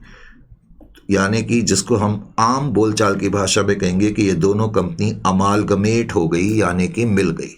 तो इन दोनों कंपनी ने डिसाइड करा कि हम आपस में मिल करके एक कंपनी बना लेते हैं, तो डाटा लिमिटेड नाम की इन्होंने कंपनी बना ली। लेकिन मैंने आपको पहले भी बताया, अकाउंटिंग के पर्सपेक्टिव से हम ये बोलेंगे कि डाटा लिमिटेड नाम की कंपनी ने इसको टेक ओवर कर लिया और इसको टेक ओवर कर लिया, करेक्ट? बिकॉज क्वेश्चन में दिया हुआ है कि डाटा लिमिटेड नाम की कंपनी शेयर इश्यू करेगी। क्वेश्चन में दिया है ना कि data limited will issue necessary number of share, यानी कि अभी तक जो हमारे पास इंफॉर्मेशन है उसके मुताबिक हम कह सकते हैं कि डाटा लिमिटेड नाम की कंपनी जो है वो लीगल एंगल से लीगल एक्वायरर है। लीगल एंगल से डाटा लिमिटेड नाम की कंपनी जो है वो एक्वायरर एंटिटी है, एक्वायरर एंटिटी। और डीए और टीए लिमिटेड नाम की जो कंपनी है, ये दोनों कंपनी अब की बार लीगल एक्वायरी कंपनी है, क्योंकि इन दोनों को टेक ओवर करा जा रहा है। ये लीगल एक्वायरी है।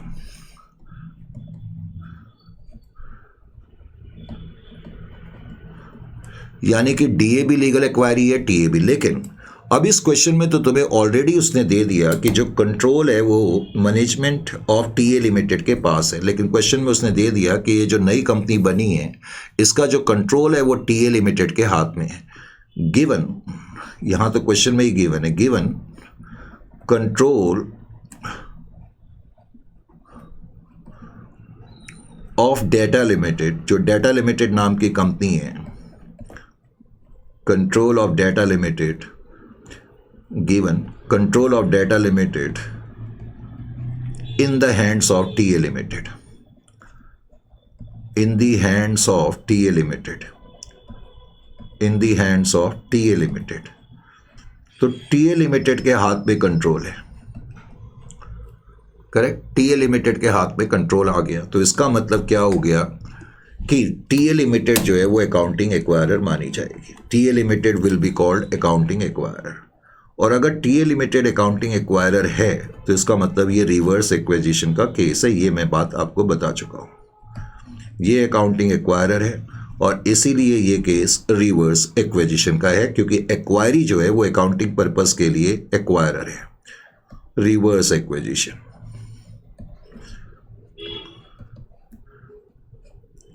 इसलिए ये रिवर्स एक्विजिशन का केस है। अब आपको ये चीज़ें तो बिल्कुल फंडामेंटल जो चीज़ें हैं वो क्लियर हो जानी चाहिए। हालांकि मैंने कहा इस क्वेश्चन में तो ये क्लियरली गिवन है कि कंट्रोल किसके हाथ में, लेकिन मैं हमेशा कोशिश ये रहती है कि आपको थोड़ा सा और ज़्यादा डीपली बताया जाए, करेक्ट? तो ज़्यादा डीपली बताने के लिए जस्ट मैं प्रूव करना चाहता हूँ कि ये हम वैसे भी देख सकते थे। कैसे देख सकते थे? देखो, एक डीए है, एक टीए लिमिटेड है, इन दोनों को मिला दें तो ये ग्रुप भी कहलाएगा। करेक्ट। तुम्हें क्वेश्चन में दिया हुआ था फेयर वैल्यू ऑफ बिजनेस, तुम्हें याद होगा क्वेश्चन में ये लिखा हुआ था fair value of business, fair value of business. और मैंने बताया था फेयर वैल्यू ऑफ बिजनेस का मतलब fair value of net assets ही होता है। फेयर वैल्यू ऑफ बिजनेस तुम्हें क्वेश्चन में दिया था, यानी कि date is net assets. Question में उसने दिया था कि जो डीए लिमिटेड नाम की कंपनी है उसकी फेयर वैल्यू बिजनेस की 7,500 है, यही थी ना? हाँ, 7,500 है। और टीए लिमिटेड की 15,000 है, ये तुम्हें क्वेश्चन में दिया हुआ था। यानी कि इसके नेट एसेट्स इतने हैं, इसके नेट एसेट्स इतने हैं। Of course in net assets की फेयर वैल्यू अगर मैं इनको मिला दूं तो ये 22,500 हो जाते हैं। अब पूरे ग्रुप के नेट एसेट्स 22,500 के हैं। 22,500 के नेट एसेट्स में से डीए के नेट एसेट्स कितने हैं? 7,500। यानी कि अगर मैं रेशियो निकालूं तो 1/3 आ जाएगा और ये 2/3 आ जाएगा। तो तुम कंट्रोल ऐसे भी देख सकते हो किसके हाथ में है। टोटल ग्रुप के एसेट ले लो और इस कंपनी के आप देख रहे हो कि 2/3 है नेट एसेट, यानी कि जो टोटल ग्रुप के नेट एसेट्स हैं उसमें से 2/3 इनके हाथ में है। तो ऐसे भी देखा जा सकता है कि टीए लिमिटेड के पास कंट्रोल है। Is it clear to you? ये सिर्फ मैंने ये बताने के लिए आपको बताया कि कैसे। उसके अलावा हालांकि इस स्टेप की जरूरत नहीं थी, मैंने कहा क्योंकि ये तो तुम्हें क्वेश्चन में दिया ही हुआ है, लेकिन जस्ट तुम्हें समझाने के लिए। अब स्टेप नंबर सी में मैंने क्या करा, किसी कारण से जैसे हमने जब पिछला क्वेश्चन करा था, आपको याद है क्वेश्चन में हमें दिया था कि मार्केट प्राइस दोनों कंपनी की 20 रुपये और 50 रुपये थी, दिया हुआ था। अब की बार दिया नहीं है, तो मेरी एडवाइस ये है कि जब नहीं दी हो तो आप इस तरीके से फेयर वैल्यू निकाल लिया करो। फेयर वैल्यू एक तरीके से मार्केट प्राइस ही होती है, फेयर वैल्यू पर शेयर। पिछले क्वेश्चन में तो हमें गिवन थी मार्केट प्राइस, इसलिए कोई प्रॉब्लम नहीं थी, लेकिन इस क्वेश्चन में नहीं गिवन है तो आप उसको निकाल लें। अब फेयर वैल्यू पर शेयर निकालने के लिए तरीका क्या है, जो ये डीए लिमिटेड नाम की कंपनी है, अगर मैं इसके एक शेयर की फेयर वैल्यू निकालना चाहता हूं तो कैसे निकाला जाएगा ये भी ध्यान रखें। फेयर वैल्यू निकालने के लिए आप क्या करेंगे, जो नेट एसेट्स होते हैं, fair value of net assets, उसको डिवाइड करेंगे नंबर ऑफ शेयर से, नंबर ऑफ शेयर से। किसी कंपनी के, देखो ये नेट एसेट्स की फेयर वैल्यू है और मैं अगर उसको टोटल नंबर ऑफ शेयर से डिवाइड कर दूं तो हमें पता लग जाता है कि एक शेयर की फेयर वैल्यू कितनी है। फॉर एग्जांपल जैसे कि डीए लिमिटेड नाम की कंपनी है, मैं लिख देता हूं यहां पर डीए, पहले डीए कि टीए, डीए, और फिर मैं टीए लिख देता हूं। अब जो डीए लिमिटेड नाम की कंपनी है, हमें दिया हुआ है कि उसके जो नेट एसेट्स हैं उनकी फेयर वैल्यू 7,500 है। अब मैं पूछूं इसके नंबर ऑफ शेयर कितने हैं। आपको याद होगा जब मैं क्वेश्चन आपको पढ़ा रहा था तो मैंने तब भी आपको ये बताया था कि इनके नंबर ऑफ शेयर जो हैं वो 600 है। इजंट इट और नॉट? क्योंकि 6,000 रुपये की इनकी शेयर कैपिटल दी हुई थी और एक शेयर 10 का था, तो इसका मतलब नंबर ऑफ शेयर कितने हो जाएंगे, 600 हो जाएंगे। तो 7,500 को मैं 600 से डिवाइड कर दूं तो ये आ जाएगा कितना, 12 तो 72, तो 12.50, चेक कर लेना, 12.50 एक शेयर की फेयर वैल्यू आ गई। Is it clear to you? अच्छा जी, इसी तरह में टीए लिमिटेड, अब टीए लिमिटेड की जो टोटल फेयर वैल्यू है नेट एसेट्स की वो 15,000 है और इनके नंबर ऑफ शेयर, टोटल नंबर ऑफ शेयर जो हमें बैलेंस शीट में दिए हुए हैं वो 10,000 दिए हैं, तो उनको मैंने 10 से डिवाइड करूंगा तो 1,000, तो 1,000 शेयर आ जाएंगे। तो नेट एसेट्स 15,000 को 1,000 से डिवाइड करेंगे तो हमें पता लग गया कि 15 जो है फेयर वैल्यू इनकी है। तो अब तुम्हारे पास दोनों कंपनी हैं जो उनकी फेयर वैल्यू भी मौजूद है, जैसे कि पिछले क्वेश्चन में तुम्हारे पास मार्केट वैल्यू मौजूद थी। अब तुम्हें मालूम है कि अकाउंटिंग एक्वायरर टीए लिमिटेड है, ये तो अब तुम्हें पता लग चुका है। अब टीए लिमिटेड नाम की कंपनी परचेज कंसीडरेशन देगी, तो पिछली बार तुमने परचेज कंसीडरेशन कैसे निकाला था, ये स्टेप नंबर डी है। परचेज कंसीडरेशन बताओ, अब टीए लिमिटेड नाम की कंपनी कितना परचेज कंसीडरेशन देगी, क्योंकि अब अकाउंटिंग एक्वायरर तो टीए लिमिटेड है, तो परचेज कंसीडरेशन टीए लिमिटेड कितना देगी। तो मैंने क्या बताया था आपको, कैसे डिसाइड करते हैं, मैंने आपको बताया था जिस कंपनी को परचेज कंसिडरेशन दिया जा रहा है, नंबर ऑफ शेयर्स हम देखेंगे उस कंपनी के। तो आप है टीए लिमिटेड, आप डीए लिमिटेड को परचेज कंसिडरेशन दे रहे हैं, तो डीए लिमिटेड के जो नंबर ऑफ शेयर है वो 600 है, इनटू, अब पिछले क्वेश्चन में मार्केट वैल्यू लिखी थी तो मैंने मार्केट वैल्यू लिख दिया था, अब आप फेयर वैल्यू लिख दें, इनटू फेयर वैल्यू जो कि उस कंपनी के एक शेयर की है। उस कंपनी यानी कि आप टीए लिमिटेड है, डीए लिमिटेड के एक शेयर की फेयर वैल्यू 12.50 की है, 12.50 की है। तो परचेज कंसिडरेशन कितना हो जाएगा, डेट इज इक्वल टू 7,500। पिछली बार हमने परचेज कंसिडरेशन कैसे कंप्यूट करा था, जो एच लिमिटेड के नंबर ऑफ शेयर हमने देखे थे, करेक्ट, जो कि 100 थे, और उनको मल्टीप्लाइड कर दिया था उनकी मार्केट वैल्यू 20 से, तो 2000 का परचेज कंसिडरेशन आ गया।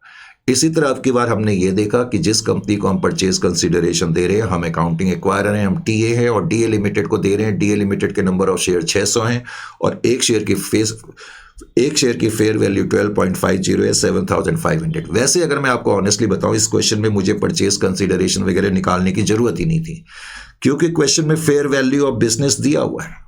जब फेयर वैल्यू ऑफ बिजनेस दी हो तो उतना ही तो अमाउंट आप दोगे, लेकिन फिर भी मैं चाहता हूं कि जिस तरीके से हमने पिछला क्वेश्चन सॉल्व करा, हम इसको भी उसी तरीके से सॉल्व करें, इसलिए मैंने ये चीज़ें आपको बताई।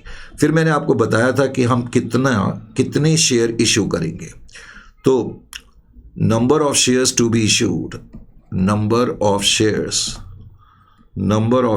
हम कितने शेयर इशू करेंगे, number of shares to be issued, number of shares to be issued to discharge consideration, to discharge consideration. तो परचेज कंसिडरेशन डिस्चार्ज करने के लिए हम कितने शेयर इशू करेंगे। तो पिछली बार हमने क्या करा था, मैंने बताया था जितना भी परचेज कंसिडरेशन है उसको हम डिवाइड कर देंगे अपने शेयर की, पिछले बार तो मार्केट प्राइस थी, तो अब की बार फेयर वैल्यू है, अपने शेयर की फेयर वैल्यू से। पिछली बार हमने 2000 की पेमेंट करने के लिए अपनी मार्केट प्राइस 50 से डिवाइड करा था, 7,500 हमने पेमेंट करनी है। अब हमारे शेयर की जो फेयर वैल्यू है या मार्केट प्राइस है वो 15 है, तो मैं 15 से डिवाइड करूंगा। तो 15 से मैंने डिवाइड करा तो मुझे ये पता लग जाएगा कि मैं अल्टीमेटली कितने शेयर इशू करूंगा। Is it clear to you और नॉट। तो एग्जैक्टली हमने इस क्वेश्चन को उसी लाइन पर करा है जो मैंने पिछले क्वेश्चन में अडॉप्ट करी थी, यानी कि इससे मुझे ये पता लग गया कि 500 शेयर हम इशू करेंगे, 500 शेयर्स, और इसका मतलब है 500 शेयर्स हम इशू करेंगे ऑफ ₹10 ईच वाले इशू करेंगे, लेकिन एट द रेट ऑफ 15 के हिसाब से करेंगे। इसका पूरा मतलब ये हो गया। अब उसके बाद फिर आप एंट्री करके दिखा देंगे। अब जब आप एंट्री करके दिखाएंगे तो अब की बार और पिछली बार में डिफरेंस क्या है, अब आप टीए लिमिटेड हो, करेक्ट। तो टीए लिमिटेड अकाउंटिंग एक्वायरर है, हमें मालूम है। अब जब मैं डीए लिमिटेड की प्रॉपर्टी प्लांट एंड इक्विपमेंट को लूंगा तो उनकी जो फेयर वैल्यू गिवन है मैं उस पर लूंगा। आपको याद होगा उनकी फेयर वैल्यू 8,000 हमें क्वेश्चन में दी थी, तो एक तो मैं इस वैल्यू पर लूंगा। उसके अलावा फाइनेंशियल एसेट की कोई फेयर वैल्यू नहीं गिवन थी, तो उसको मैं उसी वैल्यू पर लूंगा, फाइनेंशियल एसेट। तो फाइनेंशियल एसेट जो है वो 800 रुपये के गिवन थे डीए लिमिटेड के। उसके अलावा फिर करंट एसेट, अब डीए लिमिटेड के कॉलम में जो करंट एसेट हैं उनकी भी फेयर वैल्यू तुम्हें नीचे दी थी और मैंने वहीं पर लिख भी दी थी। अब वो 5,000 है, तो 5,000 आप यहाँ पर लिखोगे, करेक्ट। जाहिर है कि फेयर वैल्यू पे हम लेंगे। उसके अलावा मैंने यहाँ पर लिखा 2 बोरोइंग्स या 2 नॉन करंट लायबिलिटी, मैं लिख देता हूँ 2 नॉन करंट लायबिलिटी। तो नॉन करंट लायबिलिटी जो उनकी दी हुई है उसकी कोई अलग से फेयर वैल्यू नहीं दी हुई है, तो 2000 ही मैं लिखूंगा। 2 करंट लायबिलिटी भी 2000 की ही हैं, तो 2000 लिखूंगा। उसके अलावा एनसीआई तो होने का मतलब होता नहीं है क्योंकि स्टेक्स दिए नहीं है, तो कंसीडरेशन। अब मैं कंसीडरेशन, अब देखें यहाँ पर कंसीडरेशन अभी आपने कंप्यूट करा तो कंसीडरेशन 7,500 रुपये का था, तो 7,500 आपने लिखा। अब इस क्वेश्चन में क्या है, 8,000 और 5,000 13,000 + 800 13,800, उसमें से आप माइनस कर दें 11,500, तो इसका मतलब अब की बार जो हमारे पास निकल रहा है वो गेन ऑन बारगेन परचेस निकल रहा है। तो गेन ऑन बारगेन परचेस भी अदर इक्विटी का आइटम है। 2,300 गेन ऑन बारगेन परचेस आ गया। Is it clear to you? उसके बाद आप कंसिडरेशन पेबल की एंट्री भी कर दें। अब कंसिडरेशन जो आपने पे करना है 7,500 रुपये का पे करना है। कंसिडरेशन पेबल अकाउंट डेबिट पे करने के लिए आप शेयर्स इशू कर रहे हैं, आप टीए लिमिटेड हैं और आपने कंप्यूट करा था अभी कि आप 500 शेयर इशू कर रहे हैं, तो 500 और इंटू 10 आपको पहले करना पड़ेगा 5,000, क्योंकि शेयर कैपिटल तो अपनी फेस वैल्यू से आएगी ना। और टू सिक्योरिटी प्रीमियम अकाउंट 10 रुपये वाला शेयर 15 के हिसाब से बाहर गया, तो इसका मतलब 5 रुपये प्रीमियम भी हो जाएगा। सिक्योरिटी प्रीमियम भी अदर इक्विटी का आइटम है, यह आपको अच्छी तरह से मालूम है। Is it clear to you? अब उसके अलावा फिर आप कंसोलिडेटेड बैलेंस शीट भी बना करके दिखा सकते हैं। अब कंसोलिडेटेड बैलेंस शीट जब आप बनाएंगे,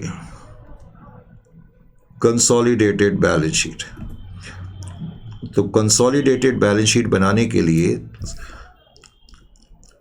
एसेट्स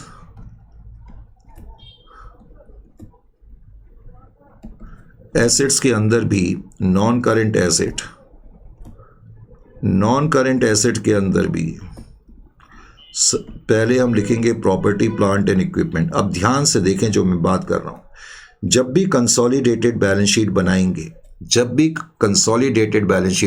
जो एक्वायरर के आइटम है, जो अकाउंटिंग एक्वायरर टीए लिमिटेड है, उसके आइटम बैलेंस शीट वैल्यू पर ही आएंगे। हालांकि फेयर वैल्यू गिवन है एक्वायरर के भी आइटम की, लेकिन कंसोलिडेटेड बैलेंस शीट के अंदर एक्वायरर के आइटम हमेशा कैरिंग अमाउंट पर यानी कि बैलेंस शीट वैल्यू पर आएंगे। जैसे कि प्रॉपर्टी प्लांट एंड इक्विपमेंट जो एक्वायरर की है वो 8,000 है बैलेंस शीट में, मैंने उसको फेयर वैल्यू पे नहीं लिखा। जो एक्वायरर के आइटम हम लिखेंगे वो किस पर लिखेंगे? कैरिंग अमाउंट पर। और हमने उनकी प्रॉपर्टी प्लांट एंड इक्विपमेंट को जिस वैल्यू पर लिया है, जो कि हम एंट्री में लिख ही चुके हैं, 8,000 पे लिया है, जिस वैल्यू पे लिया है वो हम यहां पर लिख देंगे, ये ध्यान रखना है। तो इस तरीके से 16,000 जो है प्रॉपर्टी प्लांट एंड इक्विपमेंट की कंसोलिडेटेड फिगर आ जाएगी। Is it clear to you? उसके अलावा फाइनेंशियल एसेट भी था। अब फाइनेंशियल एसेट तो खैर हमारा जो है item financial asset TA limited का वो 500 है, और उनका जो हमने टेक ओवर करा वो बैलेंस शीट वैल्यू पर ही करा, क्योंकि उसकी फेयर वैल्यू गिवन नहीं थी, 1,300। उसके अलावा करंट एसेट, अब जहां तक करंट एसेट्स का सवाल है, 6,500 तो हमारे हैं। देखो जो हमारे वाले करंट एसेट है उनकी फेयर वैल्यू गिवन है, लेकिन मैंने उसको फेयर वैल्यू पे नहीं लिखा। हमारे आइटम यानी कि जो एक्वायरर के आइटम है, जो कि अकाउंटिंग एक्वायरर के आइटम है, वो कैरिंग अमाउंट पर ही आएंगे, और उनके करंट एसेट हमने फेयर वैल्यू पे लिए हैं, वे हमने एंट्री में भी लिखा है 5,000, तो मैं जिस वैल्यू पे लिए हैं वो वैल्यू यहाँ ऐड कर दूंगा, बस ये ध्यान रखना है। तो 11,500। अब आप इसको टैली कर देंगे, तो टैली आपने करा तो 28,800 ये आ जाएगा, 28,800। उसके बाद फिर हम इक्विटी एंड लायबिलिटी की तरफ आएंगे। इक्विटी एंड लायबिलिटी के अंदर मैंने पहला आइटम लिखा 1 इक्विटी। अब जहां तक इक्विटी का सवाल है, इक्विटी के अंदर भी हमने लिखा ए शेयर कैपिटल। अब शेयर कैपिटल जो है, जैसा कि आप देख रहे हो, हमारी शेयर कैपिटल है 10,000 की, जो एक्वायरर है। एक्वायरर की शेयर कैपिटल 10,000 की थी, लेकिन यहाँ पर हमने जब कंसिडरेशन पे करा तो हमारी शेयर कैपिटल 5,000 से और बढ़ गई। कंसोलिडेटेड बैलेंस शीट में सिर्फ और सिर्फ एक्वायरर की शेयर कैपिटल ही आएगी। तो एक्वायरर की टोटल इश्यूड शेयर कैपिटल यानी कि टीए की, अब टोटल टीए लिमिटेड की टोटल शेयर कैपिटल 15,000 है। उसके अलावा फिर मैं अदर इक्विटी लिखूंगा। अब अदर इक्विटी मैंने कई बार कह दिया है कि हमारी ही यानी कि लीगल एक्वायरर की ही आएगी। अदर इक्विटी हमारी यानी कि लीगल मैंने कह दिया, अकाउंटिंग एक्वायरर की जो अदर इक्विटी है वो 1,000 है। उसके अलावा इस क्वेश्चन में तुमने जो शेयर्स इशू करे हैं वो प्रीमियम पर इशू करें, और मैंने बताया कि सिक्योरिटी प्रीमियम भी अदर इक्विटी का आइटम है। उसके अलावा जो गेन ऑन बार्गेन परचेज आपका निकला था, तो गेन ऑन बार्गेन परचेज भी आप यहीं पर लिख देंगे क्योंकि वो भी अदर इक्विटी का ही आइटम है। तो गेन ऑन बार्गेन परचेज जो आपका निकला था वो 2300 का निकला था, तो 2300, तो ये आ गया 5800, तो 5800 मैं यहां पर लिख दूंगा। उसके अलावा फिर नॉन करेंट लायबिलिटी थी, तो नॉन करेंट लायबिलिटी जो हैं, जो हमारी यानी कि जो एक्वायरर की हैं वो तो 2000 की हैं, और हमने उनकी जो नॉन करेंट लायबिलिटी ली है इत्तेफाक से वो भी 2000 की है, तो टोटल 4000 आउटर कॉलम में हम लिख देंगे। उसके अलावा लास्ट आइटम फिर करंट लायबिलिटी होगा। देखो जो हमारी करंट लायबिलिटी है, अगर तुम देखोगे टीए लिमिटेड को तो 1000 है, और उनकी जो हमने करंट लायबिलिटी ली है वो 2000 पर ली है, तो 3000 हम आउटर कॉलम में लिखेंगे। टोटल आप एक बार चेक कर लेना, 28,800 टोटल आना चाहिए क्योंकि एसेट का टोटल इतना ही आया था। मेन पॉइंट मैंने तुम्हें अभी बताया, मैंने ये बताया कि while preparing consolidated balance sheet, while preparing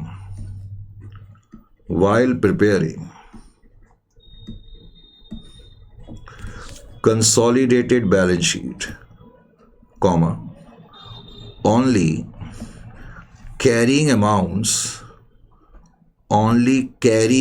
यानी कि जो बैलेंस शीट में फिगर लिखी रहती है, only carrying amount of assets and liabilities of acquirer। तो एक्वायरर के जो आइटम लेते हैं ना हम, वो कैरिंग अमाउंट पर ही लेते हैं। Of acquirer should be considered, यानी कि उनको हमने रिवाइज्ड वैल्यू पे नहीं लिखना होता या फेयर वैल्यू पे नहीं लिखना होता, जो एक्वायरर के आइटम है शुड बी कंसीडर्ड। तो ये पॉइंट ध्यान रखना चाहिए। तो रिवर्स एक्विजिशन हमने अपनी तरफ से पूरी कोशिश करी है कि जितना आसान बनाया जा सके, करेक्ट, उतना आसान बनाया जा रहा है।